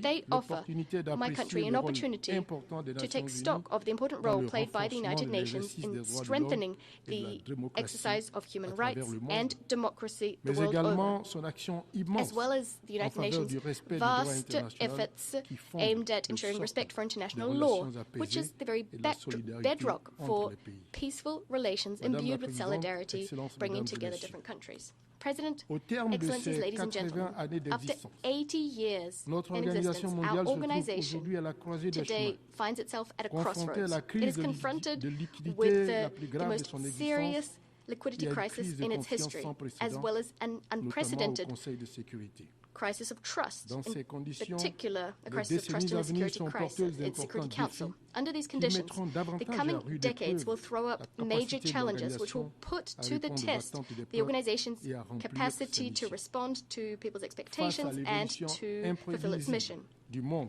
Given the world's unpredictable trajectory and the weakening of multilateralism, there is a pressing need now more than ever to restore the effectiveness of the United Nations on the basis of inclusive and equitable multilateralism. With this in mind, my country invites member states to reclaim the ideals enshrined in the UN Charter, as well as the constraints that fall to them as regards Charter implementation. We call on member states to revive solidarity which has always steered our actions. This is the collective commitment which will allow us, and of this I'm certain, to tackle global challenges such as climate change, terrorism, scarce development financing, information wars, and regulation of artificial intelligence. Regarding the latter, a source of many hopes and fears, Côte d'Ivoire welcomes the adoption of the Pact for the Future and the annexes thereto, as well as the Global Digital Compact, regulating the use of artificial intelligence, AI. We call for the adoption of binding universal standards so as to regulate the use of AI and digital technologies to ensure that it is used to achieve development for the benefit of all. The UN's effectiveness during this critical period calls for, as a matter of priority, the completion of Security Council reform. The paralysis of this major organ consigns the United Nations and regional organizations to powerlessness. It pushes further away all prospects of peace and the lasting settlement of conflicts and the resolution of global challenges which threaten international peace and security. Now more than ever, Security Council reform is vital for us to be able to adapt to new international realities and to strengthen the Security Council's legitimacy. Given the impasse which characterizes the negotiations process that's been underway for a number of decades, my country would like to reiterate its call for Security Council reform, which would first and foremost grant Africa its rightful place across all categories of this body, in keeping with the common African position expressed in the Isolini Consensus and the SIT Declaration. Today, more than ever, the world needs a Security Council that is fully functional, so as to be able to craft just solutions to the conflicts consuming humanity. The reform impetus, which aims to mark the renewal of multilateralism, must also extend to global economic and financial governance through the reform of the Bretton Woods institutions and, more broadly, international financial architecture. Côte d'Ivoire welcomes Africa's accession to the G20, a major step forward. We call for everyone to courageously rally, especially our bilateral and multilateral partners to rally so as to make up for the precipitous drop in the resources being allocated to financing development, especially in the countries of the South. President, Excellencies, ladies and gentlemen, under the leadership, the visionary leadership of His Excellency Mr. Alassane Ouattara, the President of the Republic of Côte d'Ivoire, we remain resolutely committed to respecting our obligations stemming from the UN Charter. We are attentive to the impact of geopolitical upheaval that is fracturing our world. Despite this downcast international context, Ivorians are tirelessly continuing their efforts so as to complete the process of building a stable, inclusive, resilient and prosperous nation. On this note, my country would like to once again express its recognition and gratitude to the United Nations, which, thanks to the United Nations operation in Côte d'Ivoire, contributed to the restoration of peace after a decade of socio-political crisis in my country. On security, Côte d'Ivoire is currently a secure country. Today, we are welcoming under decent conditions of dignity, thousands of people who are fleeing terrorist attacks in the Sahel region. Turning now to the economy. My country's GDP growth is dynamic. The Alassane Ouattara government is taking action to accelerate the structural economic transformation of my country, making Côte d'Ivoire more competitive, equitable and inclusive. Within this framework, ambitious policies to reduce poverty and to improve the living conditions of Ivorians, in particular the most vulnerable, have meant that Côte d'Ivoire is in the top 3 countries in terms of Sustainable Development Goal Index progress. This is between 2015 and 2024. Moreover, we've significantly invested in human capital over the last few years. This has meant that Côte d'Ivoire has shown the biggest improvement in Africa, reaching 4th place in the world's Human Development Index. Our political environment is peaceful thanks to the dialogue that the government has been continuously promoting since 2011, as well as thanks to large-scale reforms modernizing our political life, thanks to which political parties and our civil society are freely conducting their work throughout our territory. The human rights state of affairs is satisfactory. It is being consolidated thanks to the reaffirmed independence of the judiciary, as well as to the strengthening of our regulatory and institutional framework, as well as streamlined access to justice. Madam President, following over a decade characterized by significant economic and social reforms, as well as large-scale infrastructure projects which transformed Côte d'Ivoire's image, laying the groundwork for irreversible development, our country now intends to work on locking in democratic values and consolidating institutions. On this note, we are emphasizing the definitive entrenchment of the rule of law in our country, especially as regards the practice of politics, so as to ensure that democracy and peace are irreversible, preserved for the benefit of our young people and future generations. It is in this spirit that this spirit is what characterizes the electoral process underway in the run-up to the presidential election scheduled for 25th October 2025. Everything is being done to ensure that this vote, which consecrates my country's democratic maturity, takes place as transparently and peacefully as possible. I thank you for listening to me so graciously. Muchas gracias al señor Ministro de Relaciones Exteriores de Côte d'Ivoire. Tiene la palabra el excelentísimo señor His Excellency Mr. Abdulatif bin Rashid Al Sayani, Minister for Foreign Affairs of Bahrain.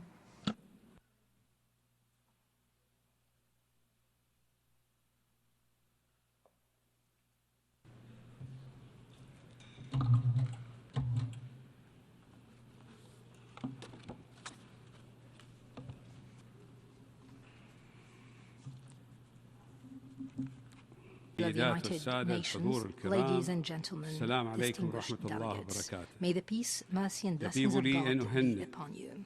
معاليك على انتخابك رئيسة لهذه الدورة، متمنيا لك التوفيق في إدارة أعمالها. كما أتوجه بالشكر إلى معالي الأمين العام السيد أنطونيو غوتيريس على جهوده الدؤوبة في تعزيز دور الأمم المتحدة في معالجة القضايا الدولية المعاصرة.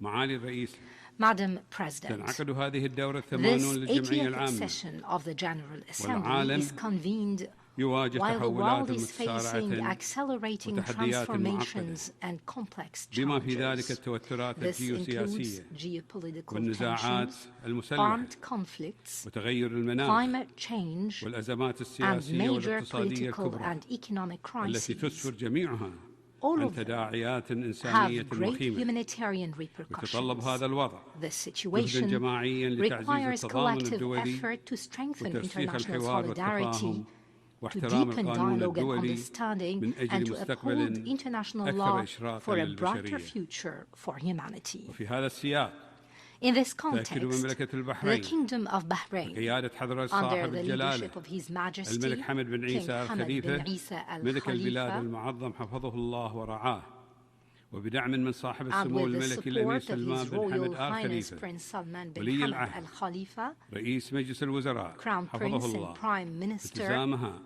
بتعزيز reaffirms its التعاون متعدد commitment to الأطراف strengthen multilateral وتمسكها cooperation, بالقانون الدولي upholding ومبادئ ميثاق international الأمم law المتحدة and the principles of the وبتوطيد United Nations شراكتها Charter.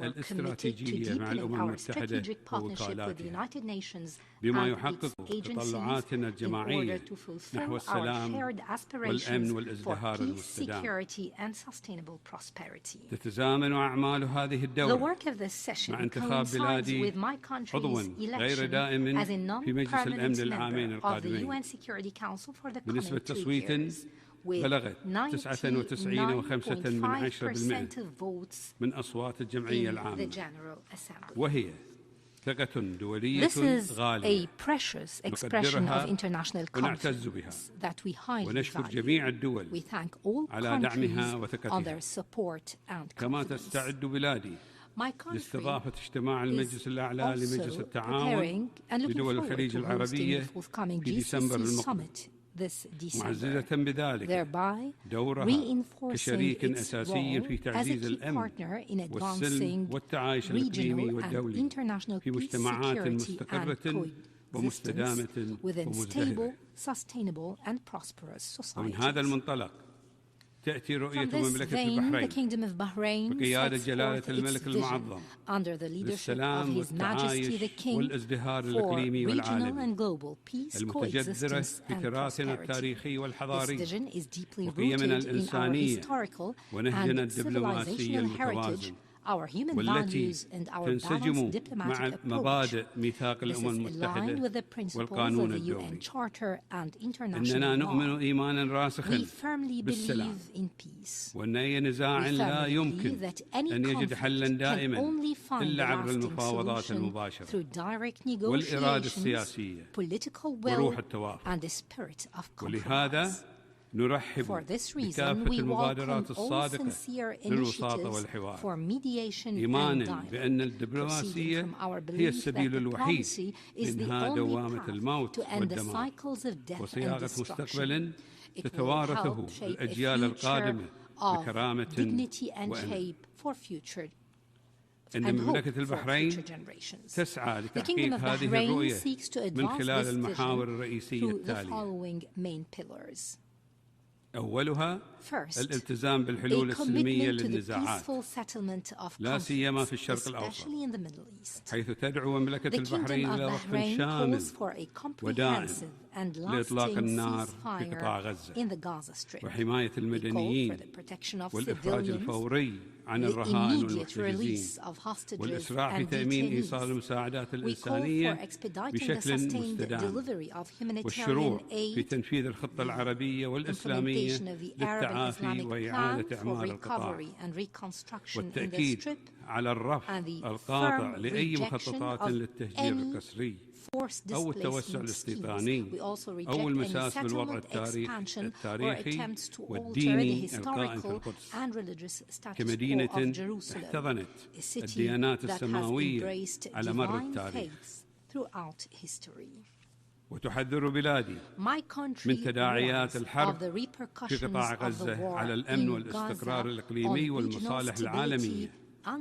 وقد أدانت الهجوم الإسرائيلي على دولة قطر الشقيقة التي طالما قامت بدور مشهود في الوساطة بالشراكة مع جمهورية مصر العربية والولايات المتحدة الأمريكية للتوصل إلى اتفاق دائم لوقف إطلاق النار في قطاع غزة والإفراج عن الرهائن والمحتجزين. ومن هذا المنطلق فإن بلادي تدعو إلى انتهاج المفاوضات والحلول الدبلوماسية سبيلا لتسوية القضية الفلسطينية وفق قواعد القانون الدولي وميثاق الأمم المتحدة. ونحث المجتمع الدولي على الاستجابة للمبادرة التي أقرتها القمة العربية 33 قمة البحرين بالدعوة إلى عقد مؤتمر دولي للسلام في الشرق الأوسط من خلال مفاوضات مباشرة تفضي إلى حل شامل مستدام للصراع الفلسطيني الإسرائيلي.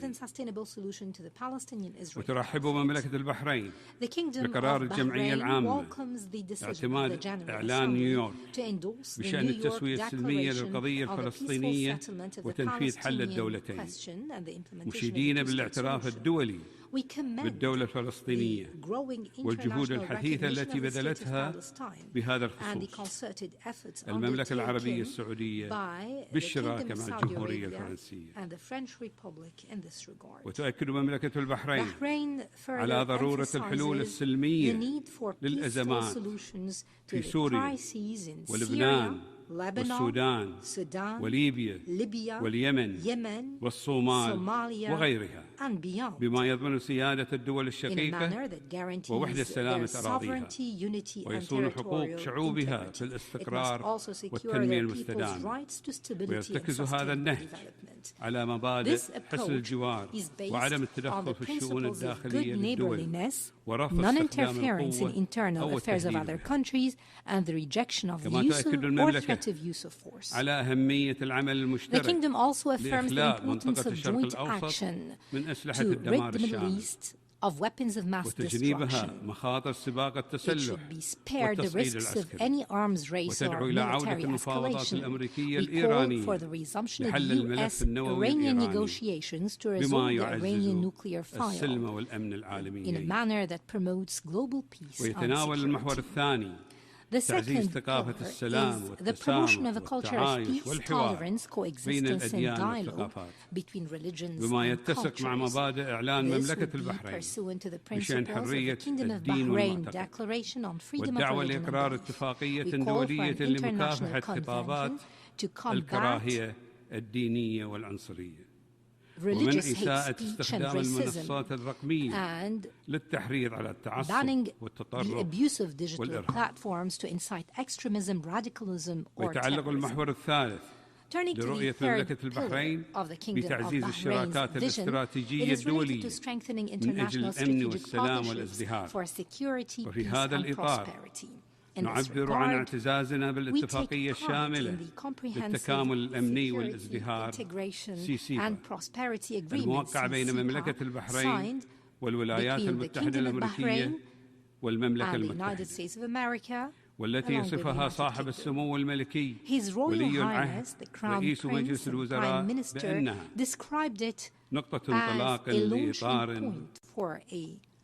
نقطة انطلاق لإطار متعدد الأطراف يهدف إلى جمع الدول ذات التوجهات المشتركة في تحقيق الاستقرار والازدهار، ومثالا فعالا لرؤية شاملة قائمة على الاحترام المتبادل والأهداف المشتركة.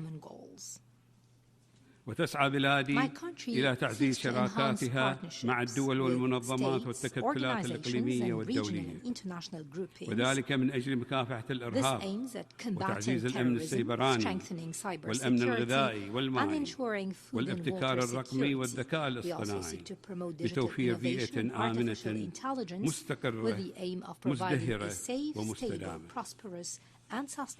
ويؤكد المحور الرابع على التزام بلادي بتعزيز التعاون الدولي من أجل التنمية المستدامة والتضامن الإنساني ومعالجة الفقر حول العالم. وتتولى المؤسسة الملكية للأعمال الإنسانية في مملكة البحرين تنفيذ العديد من المشاريع الصحية والتعليمية والإغاثية عالميا، إلى جانب متابعة المملكة تنفيذ مبادرتها التي أقرتها قمة البحرين بشأن توفير المساعدات الصحية والتعليمية للمتضررين من النزاعات والصراعات في المنطقة، دعما لأهداف التنمية المستدامة وضمان عدم تخلف أحد عن الرأي. إن مملكة البحرين تعتز بالتعاون المثمر مع الأمم المتحدة، تؤكد حرصها على نقل تجربتها كأحد النماذج الرائدة في الإصلاح والتطوير المستدام وتحديث التشريعات وموطن للتسامح والتعايش والحريات الدينية والعمل الإنساني. ونفخر في مملكة البحرين بأن الإصلاح والتنمية لم تبقى شعارات، بل أصبحت واقعاً يعيشه المواطن البحريني. فشبابنا يقودون الابتكار الرقمي، ونساؤنا يعتلين مواقع قيادية، ومجتمعنا يقدم نموذجاً للتعايش والتعددية. لقد كان هدف حكومة بلادي دائماً أن توفر للمواطنين حياة كريمة في السكن والعمل والتعليم والصحة، لأننا نؤمن أن كرامة الإنسان هي أساس ازدهار الوطن، وهذه الروح ذاتها نريدها أن تكون منطلقاً لإقليم أكثر تعاوناً واستقراراً. لقد عززت بلادي سيادة القانون والمؤسسات الدستورية، وحققت تقدماً مشهوداً في كافة مجالات حقوق الإنسان. ونفخر بمبادراتنا الرائدة مثل التدابير البديلة للعقوبات والسجون المفتوحة ومحكمة خاصة للأطفال وبرامج داعمة للمرأة والأسرة والطفل ومنظومة تشريعية متطورة. كما يواصل اقتصادنا تنويع مصادر الدخل بعيدا عن النفط مع مساهمة متنامية للقطاعات غير النفطية وجذب استثمارات تعكس الثقة الدولية المتزايدة. وفي المجال الرقمي تتبوأ بلادي موقعاً متقدماً عالمياً في الابتكار والتحول الرقمي والأمن السيبراني. وقد دعا صاحب السمو الملكي ولي العهد رئيس مجلس الوزراء في خطابه أمام الجمعية العامة العام الماضي إلى إقرار اتفاقية دولية لتنظيم وحوكمة تطوير الذكاء الاصطناعي. وتفخر بلادي بقدرات وكفاءة شبابها، فقد تبنت العديد من المبادرات الرائدة لتمكين الشباب، مثل جائزة الملك حمد لتمكين الشباب بالشراكة مع الأمم المتحدة، وتدشين الشبكة العالمية الداعمة لتنافسية الشباب شبكة الأمل، وكذلك لدعم تقدم المرأة عبر إطلاق جائزة صاحبة السمو الملكي الأميرة سبيكة بنت إبراهيم آل خليفة العالمية لتمكين المرأة في دورتها الثالثة، إلى جانب عضويتنا في المجلس التنفيذي لهيئة الأمم المتحدة للمرأة للأعوام الثلاثة المقبلة. أما في المجال البيئي فنؤكد التزامنا بتحقيق الحياد الكربوني بحلول العام 2060 من خلال الاستثمار في الطاقة النظيفة والتقنيات الخضراء. معالي الرئيسة، السيدات والسادة، إن ما تقوم به مملكة البحرين في الداخل من إصلاح وتنمية هو امتداد لرؤيتنا الأوسع في الخارج، فبناء مجتمع أكثر عدلا وتسامحا واستدامة في البحرين هو مساهمة مباشرة في بناء شرق أوسط أكثر أمنا واستقرارا وعالم أكثر تعاونا وإنصافا. من هنا تجدد مملكة البحرين التزامها بميثاق الأمم المتحدة وحرصها على تعزيز التعاون مع المنظمة عبر إطار الشراكة الاستراتيجية للتنمية المستدامة الموقع مع أكثر من 21 وكالة تابعة للأمم المتحدة.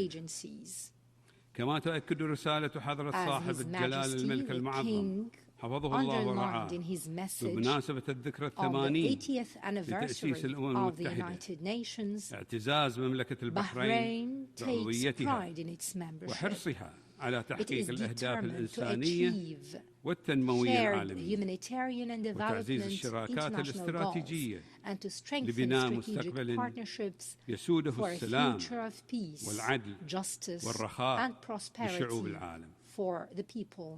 ومن هذا المنطلق تدعو بلادي إلى إصلاح منظومة الأمم المتحدة لتحسين فاعليتها وشفافيتها في الحفاظ على السلم والأمن الدوليين وتمثيل الدول النامية في صنع القرار.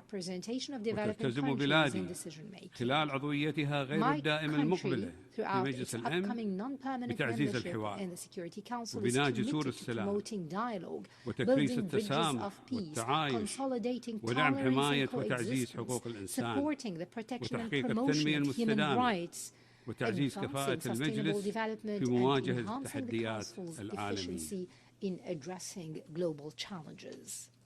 إن القرارات التي نتخذها خلال هذه الدورة لا ترسم فقط حاضرنا بل تحدد مصير أجيال لم تولد.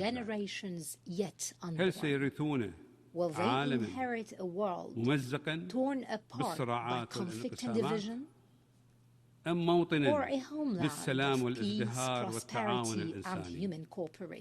دعونا نعمل لتحقيق مضامين شعار هذه الدورة معا أفضل.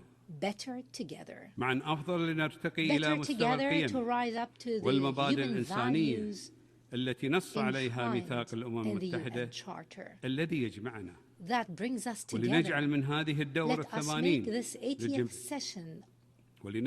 هذه الدورة 80 للجمعية العامة نقطة تحول نحو نظام دولي أكثر عدلا وإنسانية وسلام يرسخ الكرامة ويحقق تطلعات شعوبنا وازدهار يضمن مستقبلنا المشترك. إن الأجيال القادمة تستحق أن نمنحها عالم يتسع لأحلامها لا يحدها الخوف ولا يطاردها النزاع. ونسأل المولى عز وجل أن يوفقنا جميعا لما فيه الخير والنماء للبشرية جمعاء في عالم أكثر أمنا وعدالة واستدامة وازدهارا. وشكرا لكم والسلام عليكم ورحمة الله وبركاته.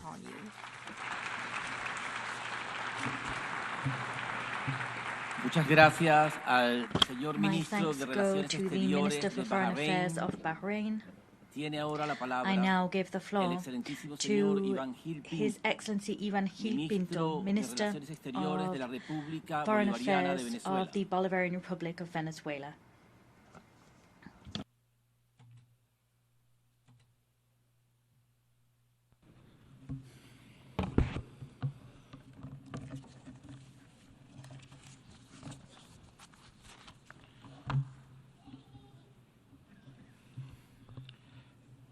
Señor presidente,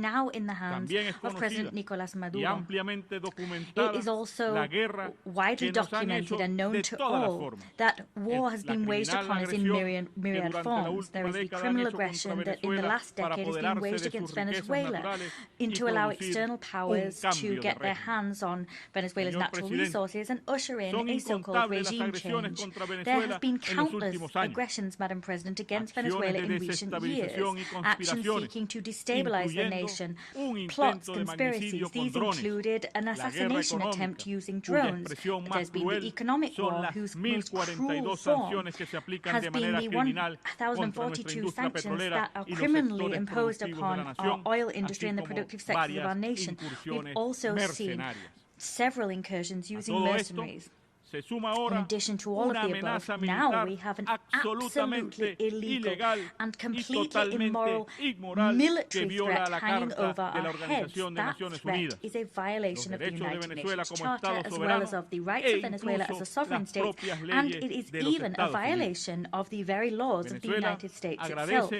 Venezuela thanks this General Assembly for the solidarity shown to it by the overwhelming majority. The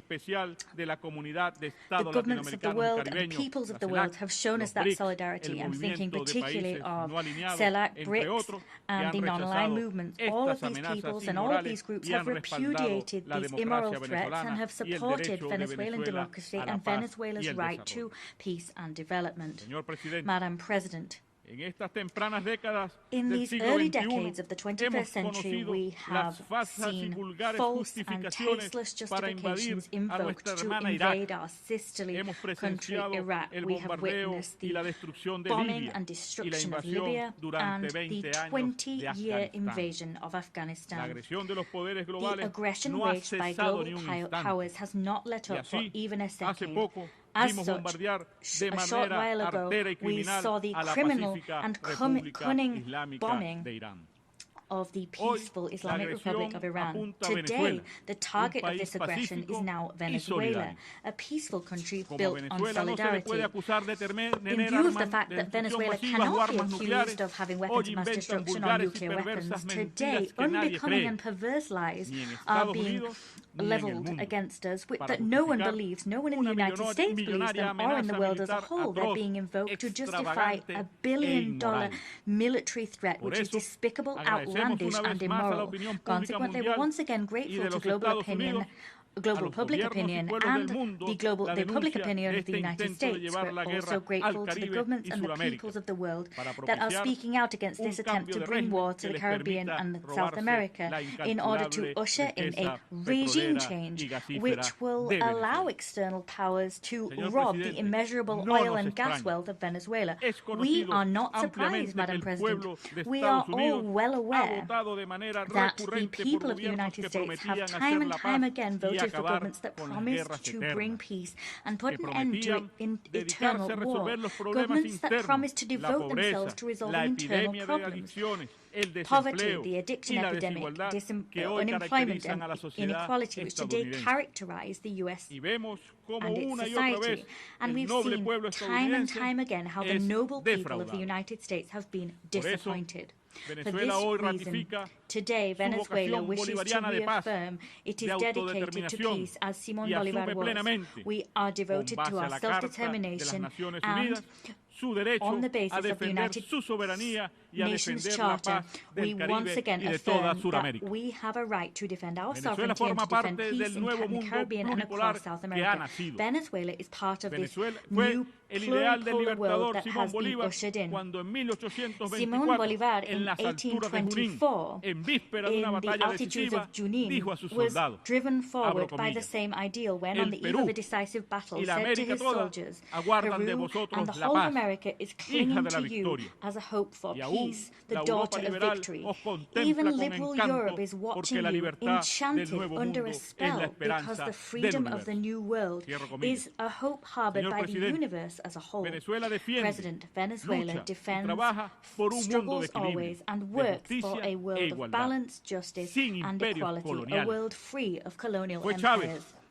It was Chavez who was the great driver of the process to usher in such a world on our continent. He did so by founding Petrocaribe, Alba TCP, and the Union of South American Nations, UNASUR, as well as the Community of Latin American and Caribbean states.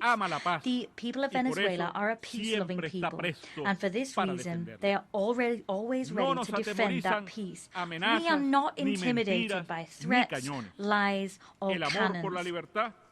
The love for freedom courses through our very veins. Bolívar taught us to espouse those ideals when in 1818, in the face of a threat leveled against him by an impudent Washington envoy, said, and here I quote, "It would seem to me, sir, that you are attempting to force me to insult you in return. I will not. But what I will tell you is that I will not allow this contempt to be shown for the government of Venezuela or this scorn for our rights. Fortunately, I have quite frequently seen a handful of free men vanquish powerful empires. End quote. The revolutionary government of President Nicolas Maduro fully reaffirms its commitment to building this world which respects international law, a world free of hegemonic empires or warmongering empires, a world in which the people of the global south are able to enjoy their right to peace and future. We stand in solidarity with the heroic people of Palestine, and we call for the end of the genocide waged by Israel's Zionist regime. We condemn attacks against the territorial integrity and sovereignty of the Islamic Republic of Iran. We stand shoulder to shoulder with Cuba, and we demand that, as the rest of the world does, the lifting of this murderous and criminal blockade. Moreover, we once again express our unwavering solidarity with the people of Nicaragua, who are worthy heirs to the legacy of Augusto César Sandino. We call for the complete, immediate and unconditional lifting of the unilateral coercive measures imposed upon the brotherly republics of Belarus, the Democratic People's Republic of Korea, Eritrea, Iran and Zimbabwe. Mr. President, we support President Putin and the noble Russian people in their struggle against neo-Nazism and the militarist aggression of the Western world. We support the initiatives of President Xi Jinping to build a community whose destiny we share. We reaffirm our historic position, that is, that we support the brave Argentine people in their struggle to reclaim the Malvinas Islands. We support them in their struggle to ensure that Argentina does not become a foreign military base that threatens peace on the continent. We reaffirm the stance of the great liberator Simón Bolívar. He said, just as we do, that sooner rather than later we must achieve the definitive emancipation of the people of Puerto Rico, and we must found an independent, free and sovereign republic there. We also renew our support for the rightful cause of the Sahrawi people. Moreover, we here reaffirm our total commitment to the group of friends in defense of the Charter of the United Nations. That group comprises governments that seek to rescue the system of the United Nations that is now on a dangerous path of decline, which may dangerously culminate in the extinction of the United Nations. The Nazis of today, just like the Nazis of Hitler yesterday, are working to destroy the United Nations. We are striving to restore its dignity and to make it ever stronger. President, today we reaffirm that the Venezuelan people will continue upon the path that they have freely chosen for themselves. The world must know that Venezuela is prepared to continue walking the path opened up for them by Simón Bolívar and the freedom fighters of America. We have given shape to a powerful national union. We stand together. We say before the world that Venezuela has never been, is not, nor will it ever be a threat for any nation whatsoever. Venezuela has been, is, and always will be a beacon of hope in terms of building a new humankind, building a world of equals without empires, with no blackmail and no threats. We will usher in a world where colonialism, slavery and exploitation are vanquished once and for all. A world in which peace can grow stronger. And as the poet and Venezuelan singer Ali Primera said, a world where humankind is human. Thank you, President. Muchas gracias al señor Ministro de Relaciones Exteriores de la República Bolivariana de Venezuela. Tiene ahora la palabra el excelentísimo señor Dananjay Ramphun, Ministro de Relaciones Exteriores de Mauricio.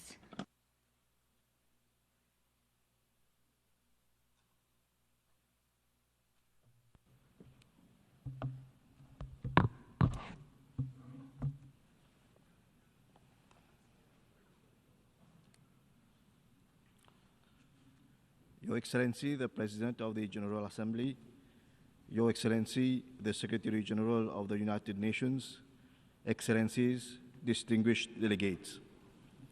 80 years ago, in the aftermath of the atrocities and horrors of the deadliest conflict in human history, the UN Charter was signed as a promise that future generations will be spared from the scourge of war. States would pursue global peace. International cooperation would be the cornerstone of our shared prosperity and progress, and human rights would be protected. The theme, Better Together, 80 years and more for peace, development, and human rights, resonates deeply with these founding ideals of our organization. There can be no peace without development, no development without peace, and neither peace nor development are sustainable without respect for human rights. The UN has stood as a beacon of hope by, amongst others, catalyzing decolonization, adopting the Universal Declaration of Human Rights, deploying over 70 peacekeeping operations, leading global efforts in times of pandemic, providing food aid to help eradicate poverty, reduce inequalities, and build resilience. These are not just facts and figures, these are testimonies of what we can achieve by working together in good faith with a common purpose. These are demonstrations of how the UN is making a difference in people's lives. Unfortunately, behind these figures also hides the continued suffering of hundreds of millions of our fellow humans living in conflict zones, subject to violations of their human rights, and for whom basic human needs remain a dream.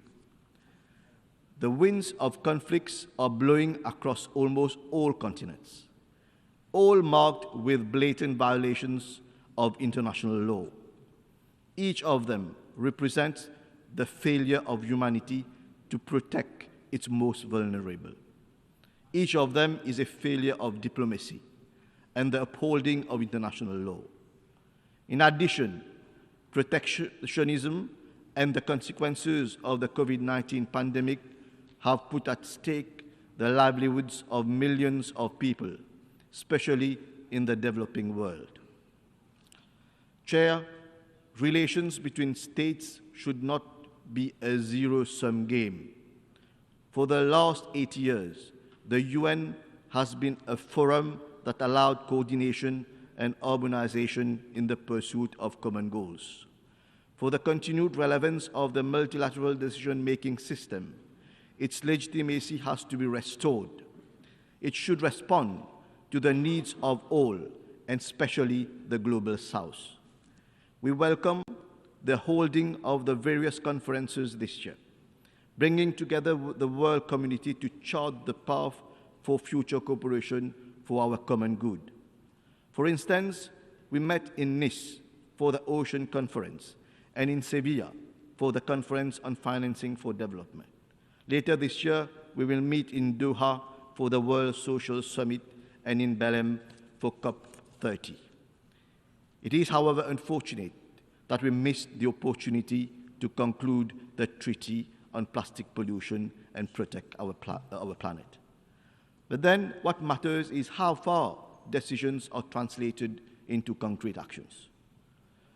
Chair, the world today is facing what may be accurately described as a polycrisis. Persistent conflicts, climate emergencies, environmental degradation, growing inequalities, cybercriminality, exacerbated by artificial intelligence.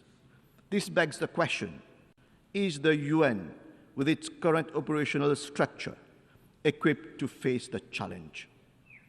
We need a more efficient and effective organization. I welcome the Secretary General's UN 80 initiative, an opportunity to reimagine the future of multilateral cooperation, a UN system that responds to the new and complex challenges of today while preparing the ground for future generations. Mauritius supports the long overdue reforms of the Security Council and the revitalization of the General Assembly. Reform of the Security Council is essential for the future of the United Nations and global emancipation.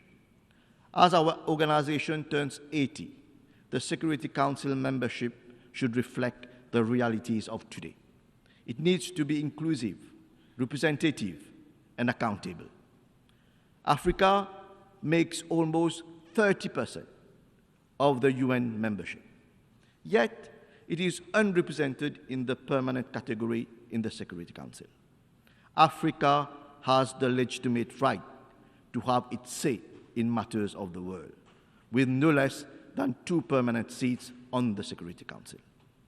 India has now emerged as a major global player and should have a permanent seat on the Council commensurate with its constructive role in global affairs. Mauritius also supports the G4 and the L69 in their efforts to promote a constructive dialogue on a more representative and equitable composition of the Security Council. Mr. President, Mauritius is fortunate to have a robust and viable democratic system. The new government elected in November last has been entrusted with the duty of making Mauritius better and bringing the people together, a mission that echoes well with the theme of this 80th session. Mauritius will continue to place people at the center of its national development, with particular focus on women, youth, and vulnerable groups. True prosperity can only be achieved when economic growth, social inclusion, and environmental sustainability advance together. Mauritius remains committed to this path. As a small island developing state, faced with the devastating impacts of climate change, external economic shocks, and geopolitical uncertainties, we value multilateralism. We value the role of the UN in shaping a world governed by the rule of law and not allowing the force of anarchy to take over. Chair, in 2015, we committed to the global ambition of ending poverty, protecting our planet, and ensuring that all people enjoy peace and prosperity through the UN Agenda 2030. We are just 5 years from our own deadline. Globally, the SDGs are far off track. Finance remains the major challenge faced by SIDS like Mauritius. We need long-term investment in sustainable development and strong multilateral cooperation. Climate change is a reality. Mauritius is not spared from its cataclysmic impact. Episodes of prolonged droughts, flash floods, and cyclones are more and more frequent. Air temperature has increased by up to 1.39 degrees Celsius. Sea level is rising by 8 millimeters per year compared to the global average of 3.3 millimeters. The socio-economic challenges posed with these irreversible changes are enormous for us to face alone. Amongst others, our tourism industry is affected, agricultural production is decreasing, and food security is real cause for concern. The historic advisory opinion of the International Court of Justice on climate change last July is clear and unambiguous. We all have a responsibility to protect the climate system. Obligations under the Paris Agreement to provide financial support, technical assistance, and technology transfer are binding. Mauritius calls upon all member states to translate these legal obligations into concrete climate action and enhance support for the most vulnerable groups. The international community should ensure that the assistance that we need for adaptation, mitigation, and building our resilience are made available. Chair, we are pleased to note the greater recourse to the ICJ in recent years. We hope that the reforms agenda will include measures to increase its effectiveness in peaceful settlement of dispute. Mauritius particularly applauds the advisory opinion of the ICJ on the Chagos Archipelago, which paved the way for negotiations that led to the signature of an agreement in May this year between the governments of Mauritius and of the United Nations. This is a vindication of international law. In this context, Mauritius is strongly committed to protecting and preserving the pristine marine environment of the Chagos Archipelago. In this regard, it is in the process of establishing a Chagos Archipelago marine protected area, whilst taking into account the aspiration of Mauritian citizens of Chagosian origin to resettle in the Chagos Archipelago. Mauritius extends its deep appreciation for the support received from UN member states right from the early 70s up to the adoption of the UNGA resolution on the 22nd of May 2019 in support of the ICJ advisory opinion. Mr. President, Mauritius reiterates its principled and long-standing stance in support of the Palestinian cause, which led to our recognition of the State of Palestine in November 1988. 78 years after the adoption of General Assembly Resolution 181, the State of Palestine continues to be denied full membership of the United Nations.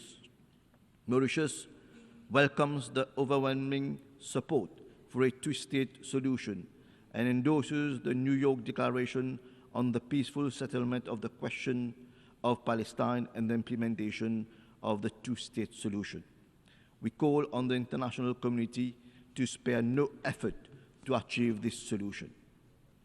Chair, the transformative potential of AI and digital technologies are undeniable, but they also represent real challenges for contemporary society.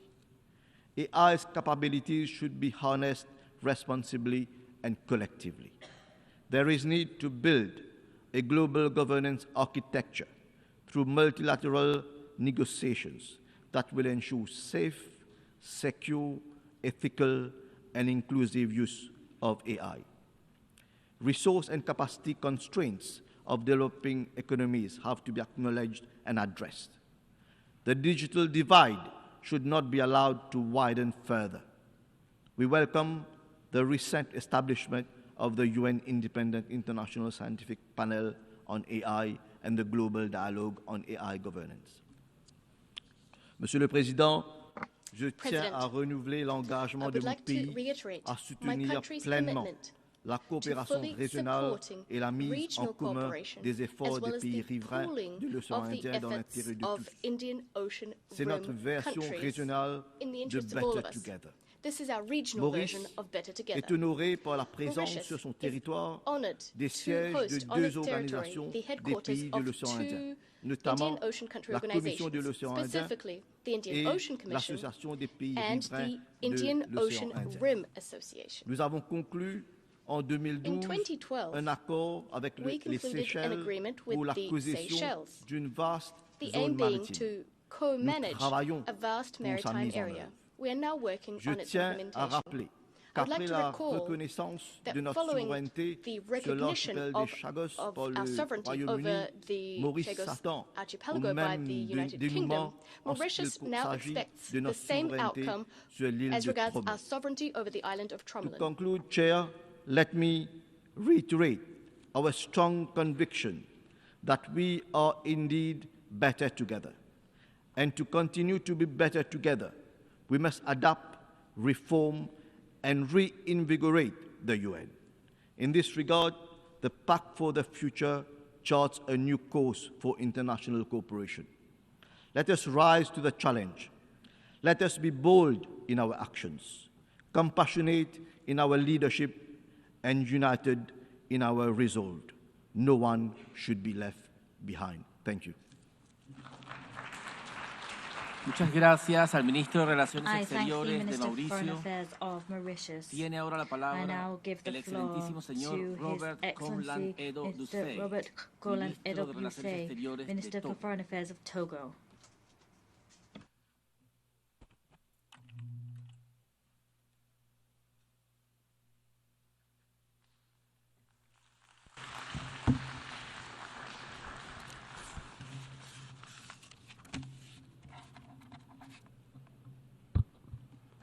Madam the President of the 80th session of the United Nations General Assembly, Excellencies, Head of State and Government, distinguished Head of Delegation, Mr. Secretary General of United Nations, ladies and gentlemen, I would first like, on behalf of the President of the Council of Togo, His Excellency Faure Nanyazingbe, the government and the people of Togo, to extend our warm congratulations to Madame Analeka on her election as the President of this 80th session of our General Assembly. Faced with the challenges confronting our common organization, Madam President, I wish to assure you of my country's full support and express my deep conviction that your leadership and relational intelligence will enable you to successfully lead the work of this session.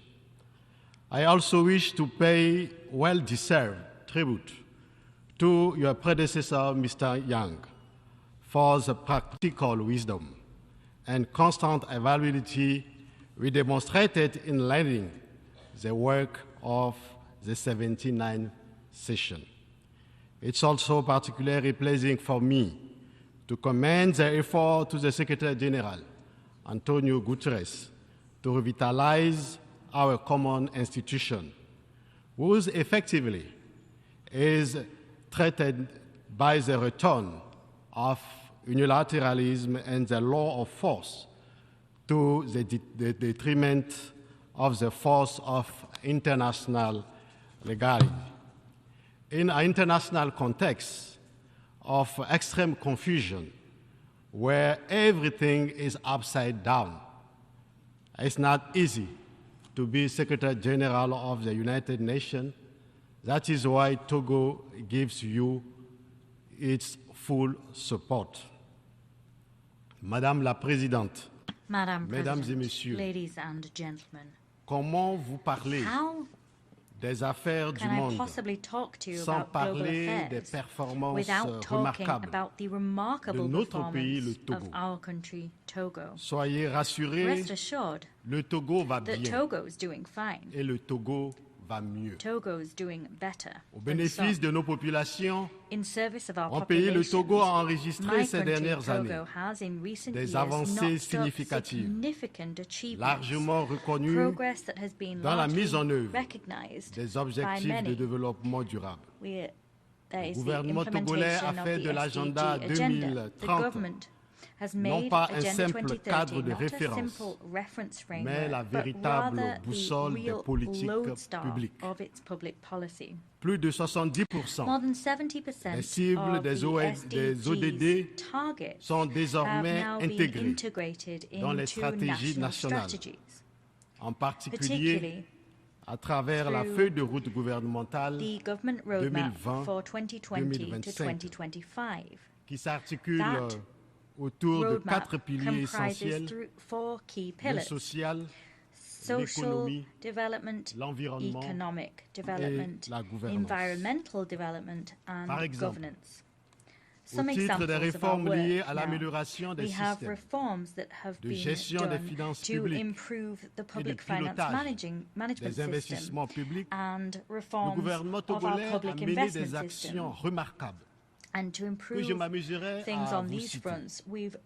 La digitalisation et la simplification des procédures fiscales et douanières ayant accru la mobilisation des recettes fiscales de l'Office togolais des recettes, l'opérationnalisation du guichet unique de dépôt des états financiers qui permet de faire un seul dépôt d'état financier numérisé, le renforcement du cadre juridique de la commande publique avec notamment l'adoption des lois relatives aux marchés publics et aux contrats partenariats public-privé en 2021. La possibilité au Togo de tenir des audiences en ligne, la réduction des délais de procédure, des actes judiciaires, etc., list the following reforms. You can have online meetings. We've reduced waiting time to process cases through the courts for business recognition, etc. So various reforms have been staged by the government of Togo under the aegis of my president in the 2025 roadmap. This work has led to a number of projects that we can list before you. In Togo now 96% of our territory can access healthcare, and that's been the case since 2023. That's an increase of 19.23% on 2020. We've also seen the launch of universal health coverage for 3 million people. Now, 3 million people are covered by such health insurance, including the pupils covered by school insurance. 26% of people had access to drinking water in 2024. That's a 26% increase on 2020. There is now a great deal more access to electricity, and that's reduced dependency on external sources of energy and electricity. That dependency has reduced to under 50%. 24% of the population are now living below the poverty line versus 51.1% in 2020. We've seen agricultural income increase in 2025. 17%, respectivement pour les filières maïs, maize, rice, cassava and soya sectors have all seen their revenues increase by 32%. A lot of our coastline has been protected against erosion. We've had a lot of roads tarmacked properly and restored across our territory. And that had occurred by the end of 2024. We could cite more and more examples to show you, as you will see, that Togo is doing better than it ever has done. 60% of our coastline is actually protected against coastal erosion, for example. We've also planted 40 million more plants across 48,000 hectares. These various achievements all form part of our implementation of our government roadmap, and all of these initiatives have allowed us to accelerate the pace of economic growth in Togo. So we increased that growth to 7% in 2025, and we brought inflation under control. By way of example, the 2024-2025 report of the UNDP on the Human Development Index emphasized how far Togo has come in terms of income, education, and life expectancy. Dans la zone in the zone covered by the Economic Monetary Union of West Africa, we are one of the only two countries classed as having medium human development, and we are second in the region in the Human Development Index.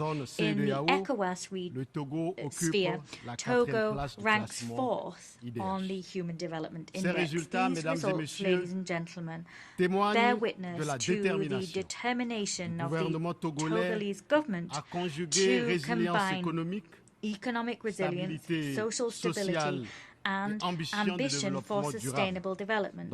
This in a global context beset by manifold challenges. Madam President, my country is modernizing and is looking to the future with confidence. However, the efforts we've made in that regard are still at risk of being undone by the terrorist threats hovering over the Sahel and the whole of West Africa. I wish at this high rostrum to pay a much-deserved tribute to all victims, both civilian and military, that paid the ultimate price in this bitterly difficult struggle.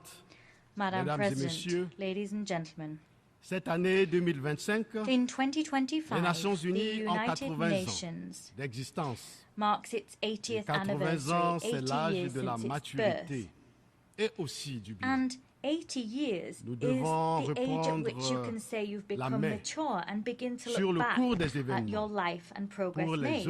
We've walked a long way together, but we need to overcome obstacles and usher in a fairer world. As such, the world cannot stand idly by and fail to heed cries we're hearing from all corners of the world to change the international order.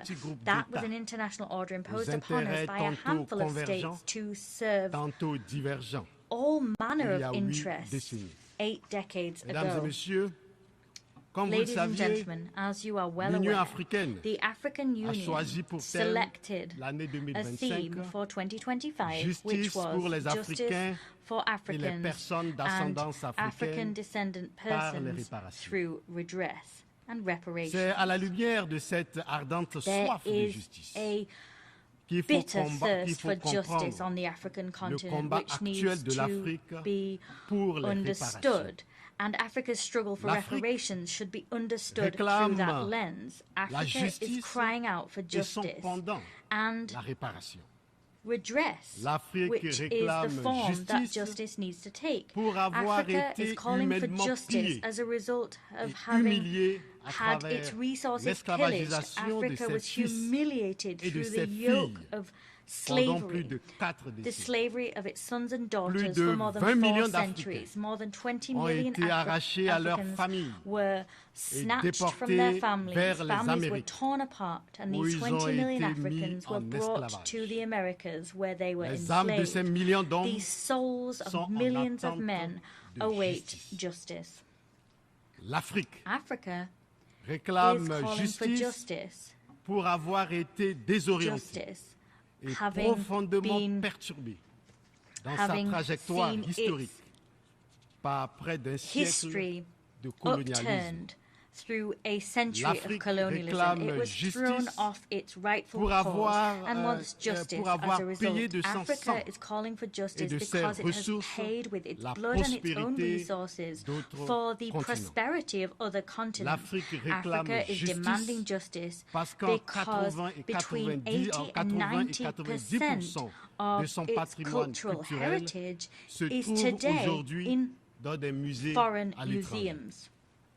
Africa is demanding justice because African human remains remain in the hands of foreigners outside of the continent, and that violates the most sacred laws of humankind. Africa is demanding justice because its significant contribution to the defeat of fascism in the 20th century was overlooked and cast aside when the United Nations was founded, the United Nations where we are today, in 1945. Africa is demanding justice because she was excluded and has been excluded for 80 years from the decision-making bodies across the globe. Africa is demanding justice because the Security Council needs to properly represent all the peoples of the world among it. Dear friends, Africa demands justice because its children continue to be victims of racism and humiliation around the world.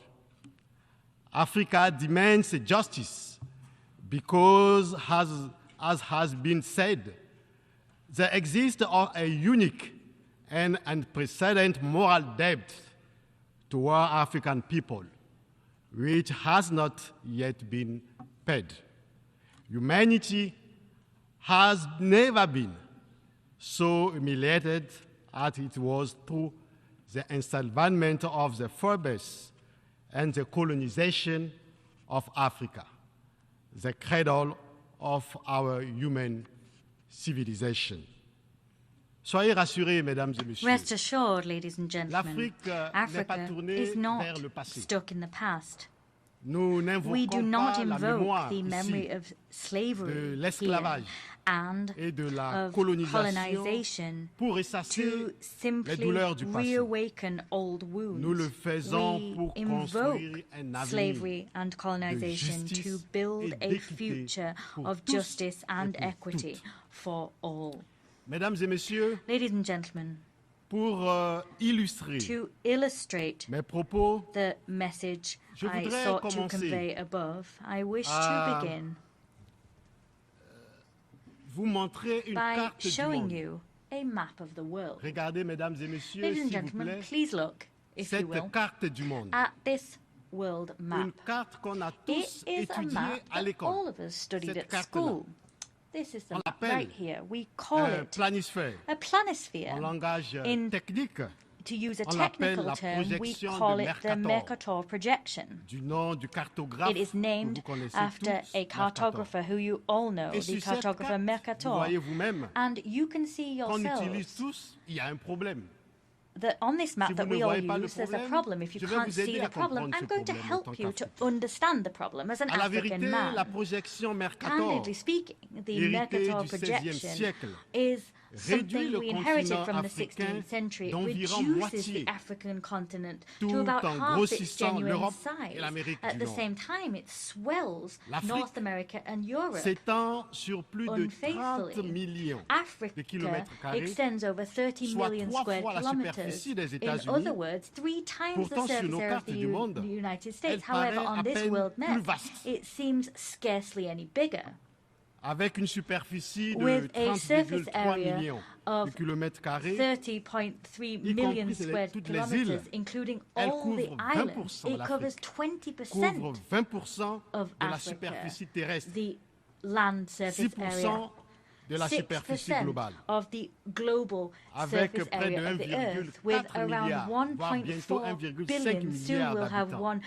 1.5 billion inhabitants. En That's the 2025, reality. In 2030. 2025 or Donc, elle 2030, that's représente where things environ will stand. 18% So, de la it population accounts for mondiale. about 18% La of the taille global de l'Afrique population. ici The est size of minimisée Africa here intentionnellement. is intentionally minuscule, reduced. It's minuscule de la même taille in que real le terms. Groenland It ou seems la Russie, et pourtant c'est faux. the size of Greenland and Russia are C'est also faux. reduced. On pense que la taille réelle Or it's du reduced to the continent same size as Greenland and Russia, and it's all false. Avec It's a ses 54 distortion. pays, est plus Africa grande has que celle qui est 54 représentée continents, and we sur somehow cette carte. think it's À la smaller than vérité, it actually is. l'Afrique seule Candidly peut speaking, contenir les Africa États-Unis, alone La Russie, can contain the whole of the United l'Inde, States, Russia, la France, India, France, la Grande-Bretagne Great et la Britain, Chine. and China. It can C'est contain pourquoi, all of those countries. mesdames et messieurs, It is for that reason, ladies en and soutien à gentlemen, l'Union africaine, in le Togo support appelle of à the corriger African la Union, représentation we de call l'Afrique for sur la Africa's carte du depiction monde. on world maps to Avec be la corrected. campagne que nous And we demandons aux seek to Nations do Unies that de with the soutenir. campaign that we ask the Le nom United de cette Nations to campagne, support. The name Faisait of correct that campaign the is map. Correct the Map. Il faut décoloniser la Geography géographie. must be decolonized. Il faut une There nouvelle needs carte to be politique. a new de l'Afrique. political map Ladies of and Africa. gentlemen, you also understand why at the Second African and Caribbean Summit, held of the 7th September in Addis Ababa, Ethiopia, Africa and the Caribbean reaffirmed their determination to put the fraternal transcontinental partnership at the service of reparative justice for Africans and African descendants, and emphasize the need to move toward the creation of an African Union Decade for Justice for African and African descent people. I wish here to salute our brothers and sisters in the Caribbean who grasped the meaning of this struggle. You have understood that by standing together for the cause of reparation, we will advance in more effectively. This too is the essence of the Pan-Africanism, a Pan-Africanism for justice and for the cause of reparations. It was the same test for justice that promoted Togo to submit to the deliberative bodies of the African Union the initiatives that led the decision adopted by the Assembly of Heads of State and Government of our continental organization on 16 February 2000 this year to classify slavery, deportation, and colonization as crimes against humanity and genocide against the people of Africa. This decision marks a major event for Africa and people of African descent, for it counters the logical whereby descendant of perpetrators dictate the term of the debate and name the crimes, rather than the rightful have the people who suffer those crimes in the flesh. Mesdames et messieurs, ladies and gentlemen, the United Nations must not remain indifferent to reparative justice. Puisque les crimes et les injustices passées non réparées, the crimes and injustices from the past that are not met with redress and reparative justice will simply fuel crises and conflicts in our age and will fuel those to come even later still. Current crises are fueled by the injustices of the past that are not resolved because people live with the memory of their wounds. Providing reparations for the crimes and injustices of the past is part of the remedy we need to apply if we are to restore peace to our world and repair relationships between civilizations. As a continent of resilience and hope, Africa embodies this bitter need for reparative justice. The recognition of past injustices, particularly through tangible actions to bring about reparations, is a vital step towards establishing a sustainable peace and full social cohesion. It is for this very reason that from this high rostrum and in the most solemn terms, I wish to call global public opinion to action. I wish to pique your conscience. You must show the courage have the courage to tackle the issue of reparation. Today, Africa is standing before the world and demanding reparations. Calling for reparations is not about pointing the finger at anyone. Calling for reparations is an act of working for the good of humankind and for our own well-being. Doing justice for the crimes of the past is to repair history. Repairing history is a step to lifting obstacles so that justice can flow and that more equity can come into our world. Asking for reparations is an act of dismantling systems based on exploitation that continue to influence and shape the lives of several people. Asking for reparations is to save the world from forgetting its own history and keeping the memory of millions of people alive. What we're doing in asking for reparations is seeking to correct the damage done to us in the past. We're seeking to free the world from discrimination and racism. We're seeking to step out of this relentless trap of exclusion and the denial of justice. We expect reparations from the world. There are those as a result of the Atlantic slave trade and colonization. Reparations, however, must also involve the proper reform of global trade systems and global economic and financial reforms. We must see the restructuring of debt, structural reparations to allow just and equitable representation of Africa in international bodies and the international system as a whole. The reparations that we demand from this rostrum should not simply comprise material compensation. They must also take the form of sustainable investment in education, infrastructure, dans la santé, healthcare, dans les sciences et la technologie, qui permettront à l'Afrique de rattraper le retard accumulé et de libérer pleinement son potentiel. To cease to lag behind dans la résolution and to fully enjoy its potential. In the resolution Pact for the Future, adopted last year by heads of state and government representing the peoples of the world, as when they met together here in New York, we underscored the need together that there was an urgent need to reform the Security Council to make it more representative and tailored to today's world.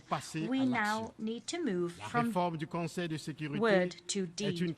Security Council reform is a matter of reparations and is all about correcting the historic injustice done to Africa and other peoples of the world. The Security Council reform must involve granting permanent seats to Africa. Doing that is a matter of dignity and justice and must be done. It is imperative. The injustice done to Africa over centuries must be redressed. But this reform must also go hand in hand with the recognition of global current inequalities and the fact that they are rooted in historic injustices. Africa has been and is marginalized within multilateral institutions, and that must be addressed. De la réparation globale que l'Afrique est en droit d'attendre du monde, has every right to expect such reparation from the world, and that call will be at the heart of the 9th Pan-African Congress in Lomé, Togo, on renewing Pan-Africanism and the role of Africa in the reform of multilateral institutions. Part of our work will be to mobilize resources and reinventing ourselves for action, and this all forms part of the theme selected. I call upon the African community and its partners, as well as all, the goodwill of all those inspired by justice, to make this meeting a historic event. Through reparations, ladies and gentlemen, we will succeed in renewing the trust of our peoples in multilateral institutions, beginning here with the United Nations. Reparations will allow us to together usher in a humankind at peace with itself.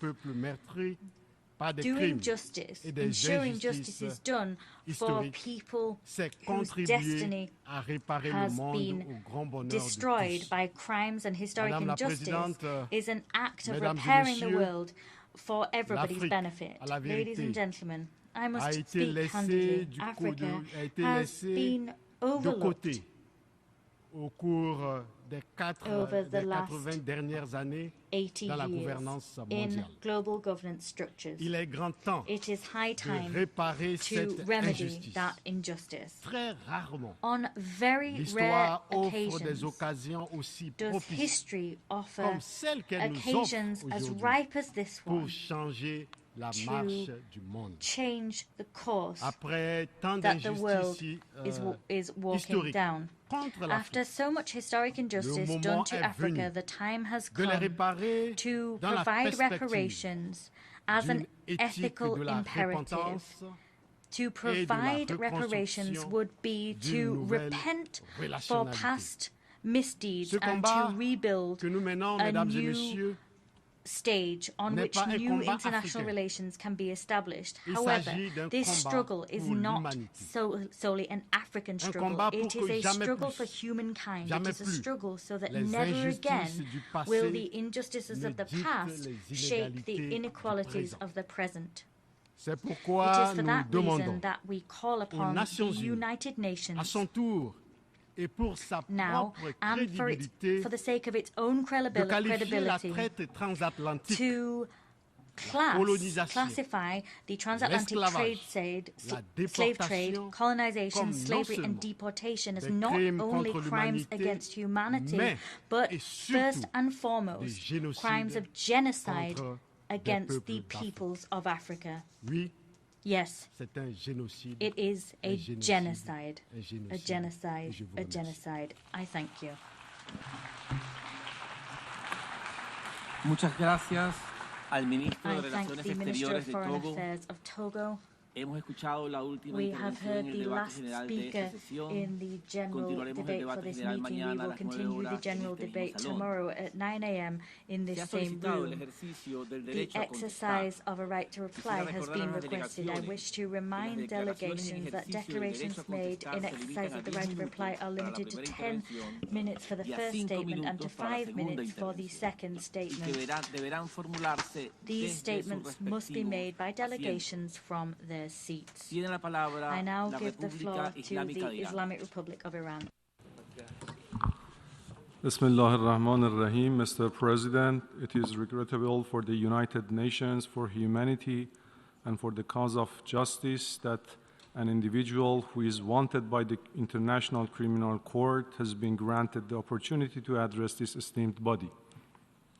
An individual who bases in the blood of innocent children must not be granted the opportunity to address the United Nations, an organization whose foremost purpose is to uphold international peace and security. This is a disgrace to peace, justice, humanity, and morality. It is preposterous that a regime that persistently violates each and every principle of this organization is allowed to lecture this body instead of being expelled per Article 6 of the Charter of the United Nations. Why should we extend our attention to the address of the representative of the regime whose conduct is diametrically opposed to everything this organization stands for? The Israeli regime is inherently founded on aggression, occupation, oppression, apartheid, and terror. From its very inception up until the present day, this warmongering and expansionist regime has waged tens of wars, invaded not only all countries around it without exception, but also other countries in the region. In the past 2 years alone, it has invaded Gaza and the West Bank, Lebanon, Syria, Yemen, Iran, and Qatar. Yet even this is not enough for this occupying regime, as evidenced by the recent declaration by its criminal prime minister of their illusion to create Greater Israel, a plan that necessitates invading at least 4 more countries. Given this vast, dark resume, is there any question who is the true principal enemy of peace and the main source of insecurity and instability in West Asia? One must also seriously ask, isn't their conduct real threats to and material breaches of the peace? Last year, my delegation warned that if unchecked, the Israeli regime would commit further aggressions. Unfortunately, this was not heard. We warn again that if unchecked, the Zionist regime will spare no efforts to drag the entire region into a full-scale war. Accordingly, this regime must be compelled to stop immediately and permanently all its attacks on Gaza, the West Bank, Lebanon, Syria, Yemen, and other parts of the region. This organization has the responsibility to act and must act promptly and decisively. Inaction would only embolden this regime to commit more crimes more brutally. In the past 24 months, this apartheid regime, which is the manifestation of a racist ideology, has killed over 65,000 innocent Palestinian civilians and wounded nearly 118,000 others in Gaza. It continues to brutally use the starvation of civilians as a method of war and resorts to forced displacement of Palestinians in implementing its genocidal projects, particularly in Gaza. Additionally, Palestinian civilians in the West Bank are also subject to daily violence and crimes by the Israeli regime. The Zionists consider themselves a selected ethnicity and consider the indigenous Palestinians as human animals who must be eradicated entirely. To cover up its atrocities and to erase the history of its genocide, this regime makes every effort to silence all voices. That's why during the past 2 years, it has killed nearly 250 journalists, which is more than the combined number of journalists killed in the U.S. Civil War, World War I and II, and the wars in Korea, Vietnam, Yugoslavia, and Afghanistan. Isn't it a direct assault on freedom of the press? Further efforts must also be made by this organization and its member states to prevent terrorist activities conducted by the Israeli regime, the latest of which are assassinations conducted in Lebanon, Syria, Yemen, Iran, and Qatar. Mr. President, one example of the Israeli regime aggression is its 12-day aggression against my country in June 2025, which, among others, resulted in killing over 100 Iranian scientists, high-ranking civil and military officials, and other civilians, including more than 170 women and children. Look at this picture. These are just a few images of Iranian children.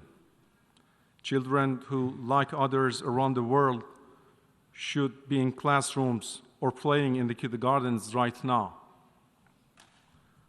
But their lives were brutally taken by this child-killing regime during the 12-day war imposed on my country. This aggression and the heinous acts by this illegitimate regime against my fellow citizens and my country were material breaches of the basic principles of international law, in particular, the prohibition of the use of force, a peremptory norm of international law enshrined in this organization's charter.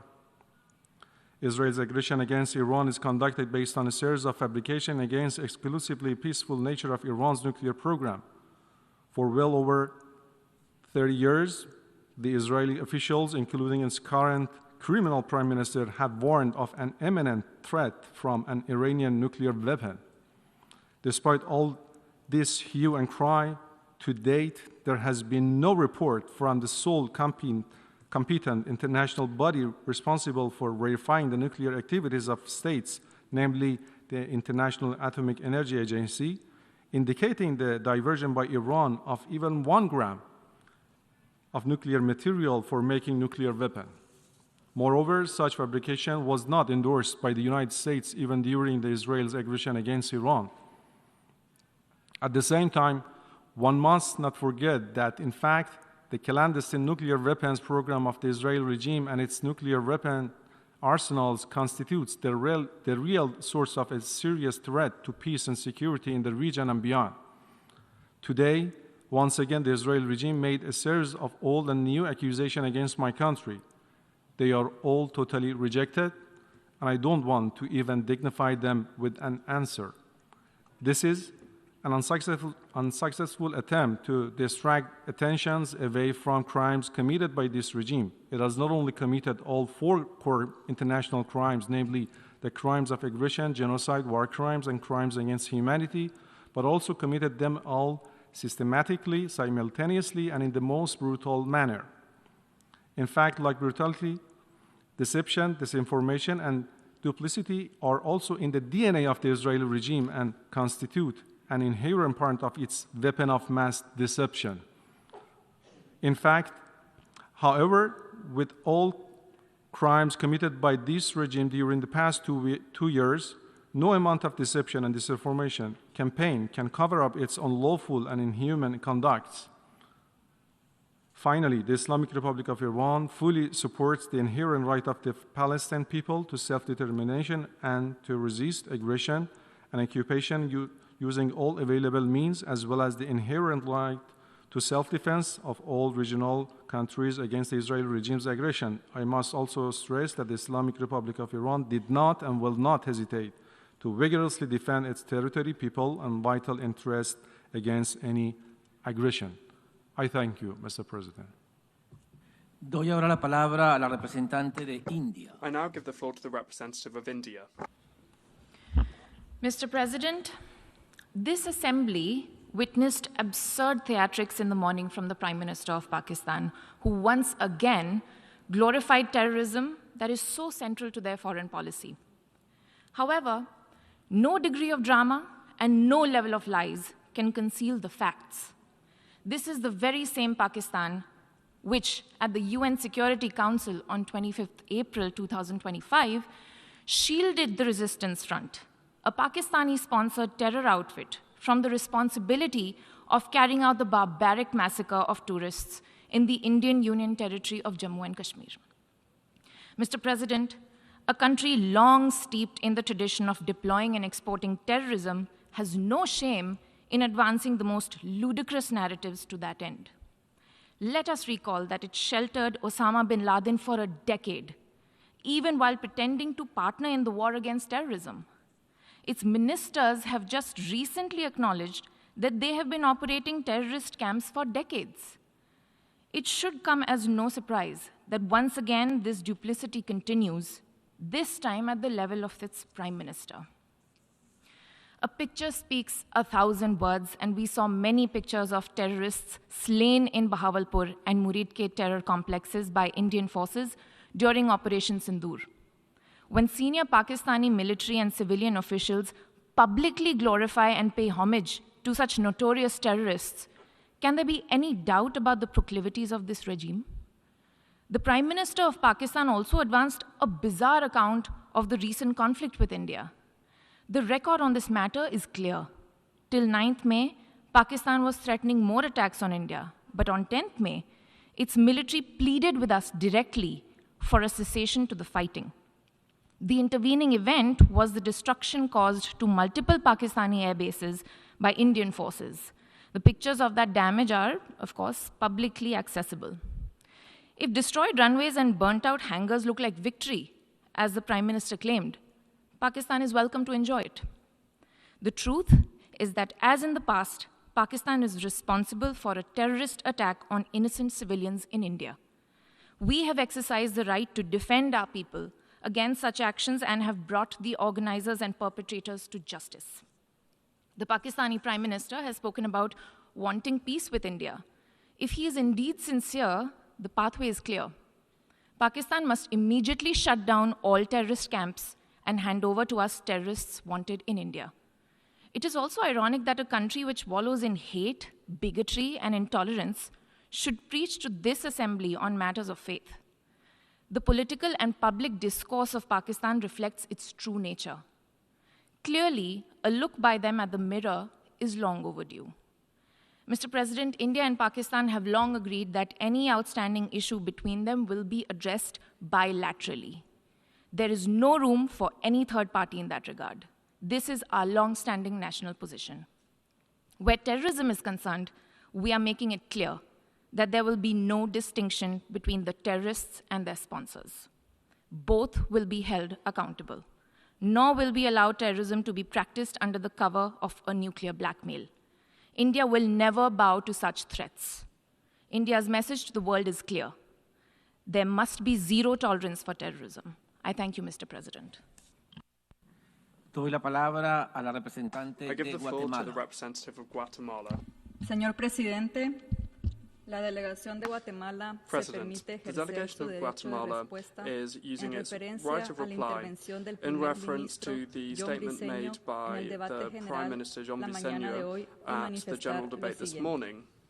Guatemala es un país comprometido con los principios de la Carta de las Naciones Unidas, respetuoso del derecho internacional y de la solución pacífica de las controversias. En ese marco fue que sometimos el reclamo territorial, insular y marítimo island and maritime territorial claims to Belize before the International Court of Justice, and we reiterate what the President of the Republic of Guatemala said on Wednesday, 23rd of September 2025 in this very room, and I quote, "The future resolution ruling of the International Court of Justice will put an end to the territorial, island and maritime dispute with Belize. Given that the written submissions have already been finished and we're waiting for the oral hearings next year and awaiting future ruling, we are at an historic opportunity to open a new stage of relationships between both countries. Resolving this dispute peacefully is an example of how even the most complex disputes can lead to peace and cooperation. Guatemala reiterates its commitment to strengthening our bilateral relations with Belize on the basis of mutual respect, peaceful cooperation, and the observance of international law." End of quotation. As we have stated on multiple occasions, including here, we are committed to obeying the court's ruling. When it comes to the incidents mentioned by Belize, these unfortunately took place in both countries. Immediate actions were taken, and even a meeting was organised between the Ministries of Defence of both countries this week. And yesterday, a bilateral meeting took place between President Arevalo and Prime Minister Vincent. That's why we are surprised about the content of the Belize Prime Minister's speech. We're also concerned that there is an imprecise version being spread of what happened both in the domestic and international media, as well as in international fora such as the United Nations, CARICOM and the Commonwealth, which does not contribute to strengthening mutual trust and confidence, nor does it foster the environment required for a peaceful settlement of the disputes. Thank you. Doy la palabra a la I give the representante de floor to Pakistán. the representative of Pakistan. Mr. President, we are compelled to respond to a state that cannot decide whether to masquerade as the world's largest democracy or expose itself as the world's largest factory of disinformation. Year after year, India drags its bundle of recycled falsehoods to this forum, but let me set the record straight. India has become the only country that practices state-sponsored terrorism as policy at home and abroad. Its hypocrisy is well exposed. It cannot hide anymore its aiding, abetting, and financing of terrorism in Pakistan, its covert terrorist networks across the region and the globe, and its reign of terror in Indian-occupied Jammu and Kashmir. Through its proxies like TTP, BLA, and Majid Brigade, Indian-sponsored terrorism has not just claimed lives of thousands of innocent civilians in Pakistan, it has turned places of worship, learning, and livelihood into sites of carnage. Pakistan's sacrifices in the global fight against terrorism have for long been recognized by the international community. This forum certainly needs no sermon from an aggressor, occupier, and perpetrator of state-sponsored terrorism. Pakistan not only condemned, but also called for credible, impartial, and independent investigation into Pahalgam incident. If India had nothing to hide, it should have agreed to such investigations. After the incident, despite calls for restraint, dialogue, and diplomacy by the international community, India escalated the situation and committed unwarranted aggression against Pakistan from 7 to 10 May 2025, killing innocent men, women, and children. Pakistan has maintained a principled and calibrated approach before, during, and after the conflict, avoiding harm to civilian and civilian infrastructure. India's reckless brinkmanship and provocative posturing exposed its hegemonic ambitions. When its adventurism collapsed into defeat, it resorted to excuses, but the truth could not be concealed. The bubble of hubris has been burst, the myths of military might shattered, and the irrefutable evidence of Indian losses has been provided and well documented by the international community. India's holding in abeyance of the Indus Waters Treaty has unmasked it as a blatant violator of international law.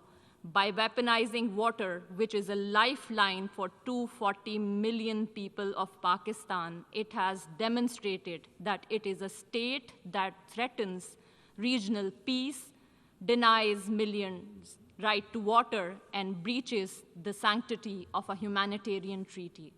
Mr. President, persecution of minorities has become state policy of RSS-BJP dispensation. Muslims are lynched for their faith, Christians assaulted for their worship, Sikhs for their identity, and Dalits dehumanized for their caste. The world has not forgotten Gujarat, where thousands of Muslims were butchered under the state patronage. Delhi, when mobs rampaged while police looked away. Manipur, where hundreds were killed and thousands were displaced. India's record is written not only in blood, but also in words. Hateful rhetoric from the highest leadership, open calls for genocide, and a pliant media feeding bigotry. In incredibly intolerant India, Islamophobia today is institutionalized in law, normalized in politics, and glorified in the media. Beyond its borders, India bullies neighbors, blocks regional cooperation, exports violence abroad through extrajudicial assassinations, and funds proxies to destabilize the region. This is the face of new India. Islamophobia at home, aggression abroad, with Hindutva ideology at its core.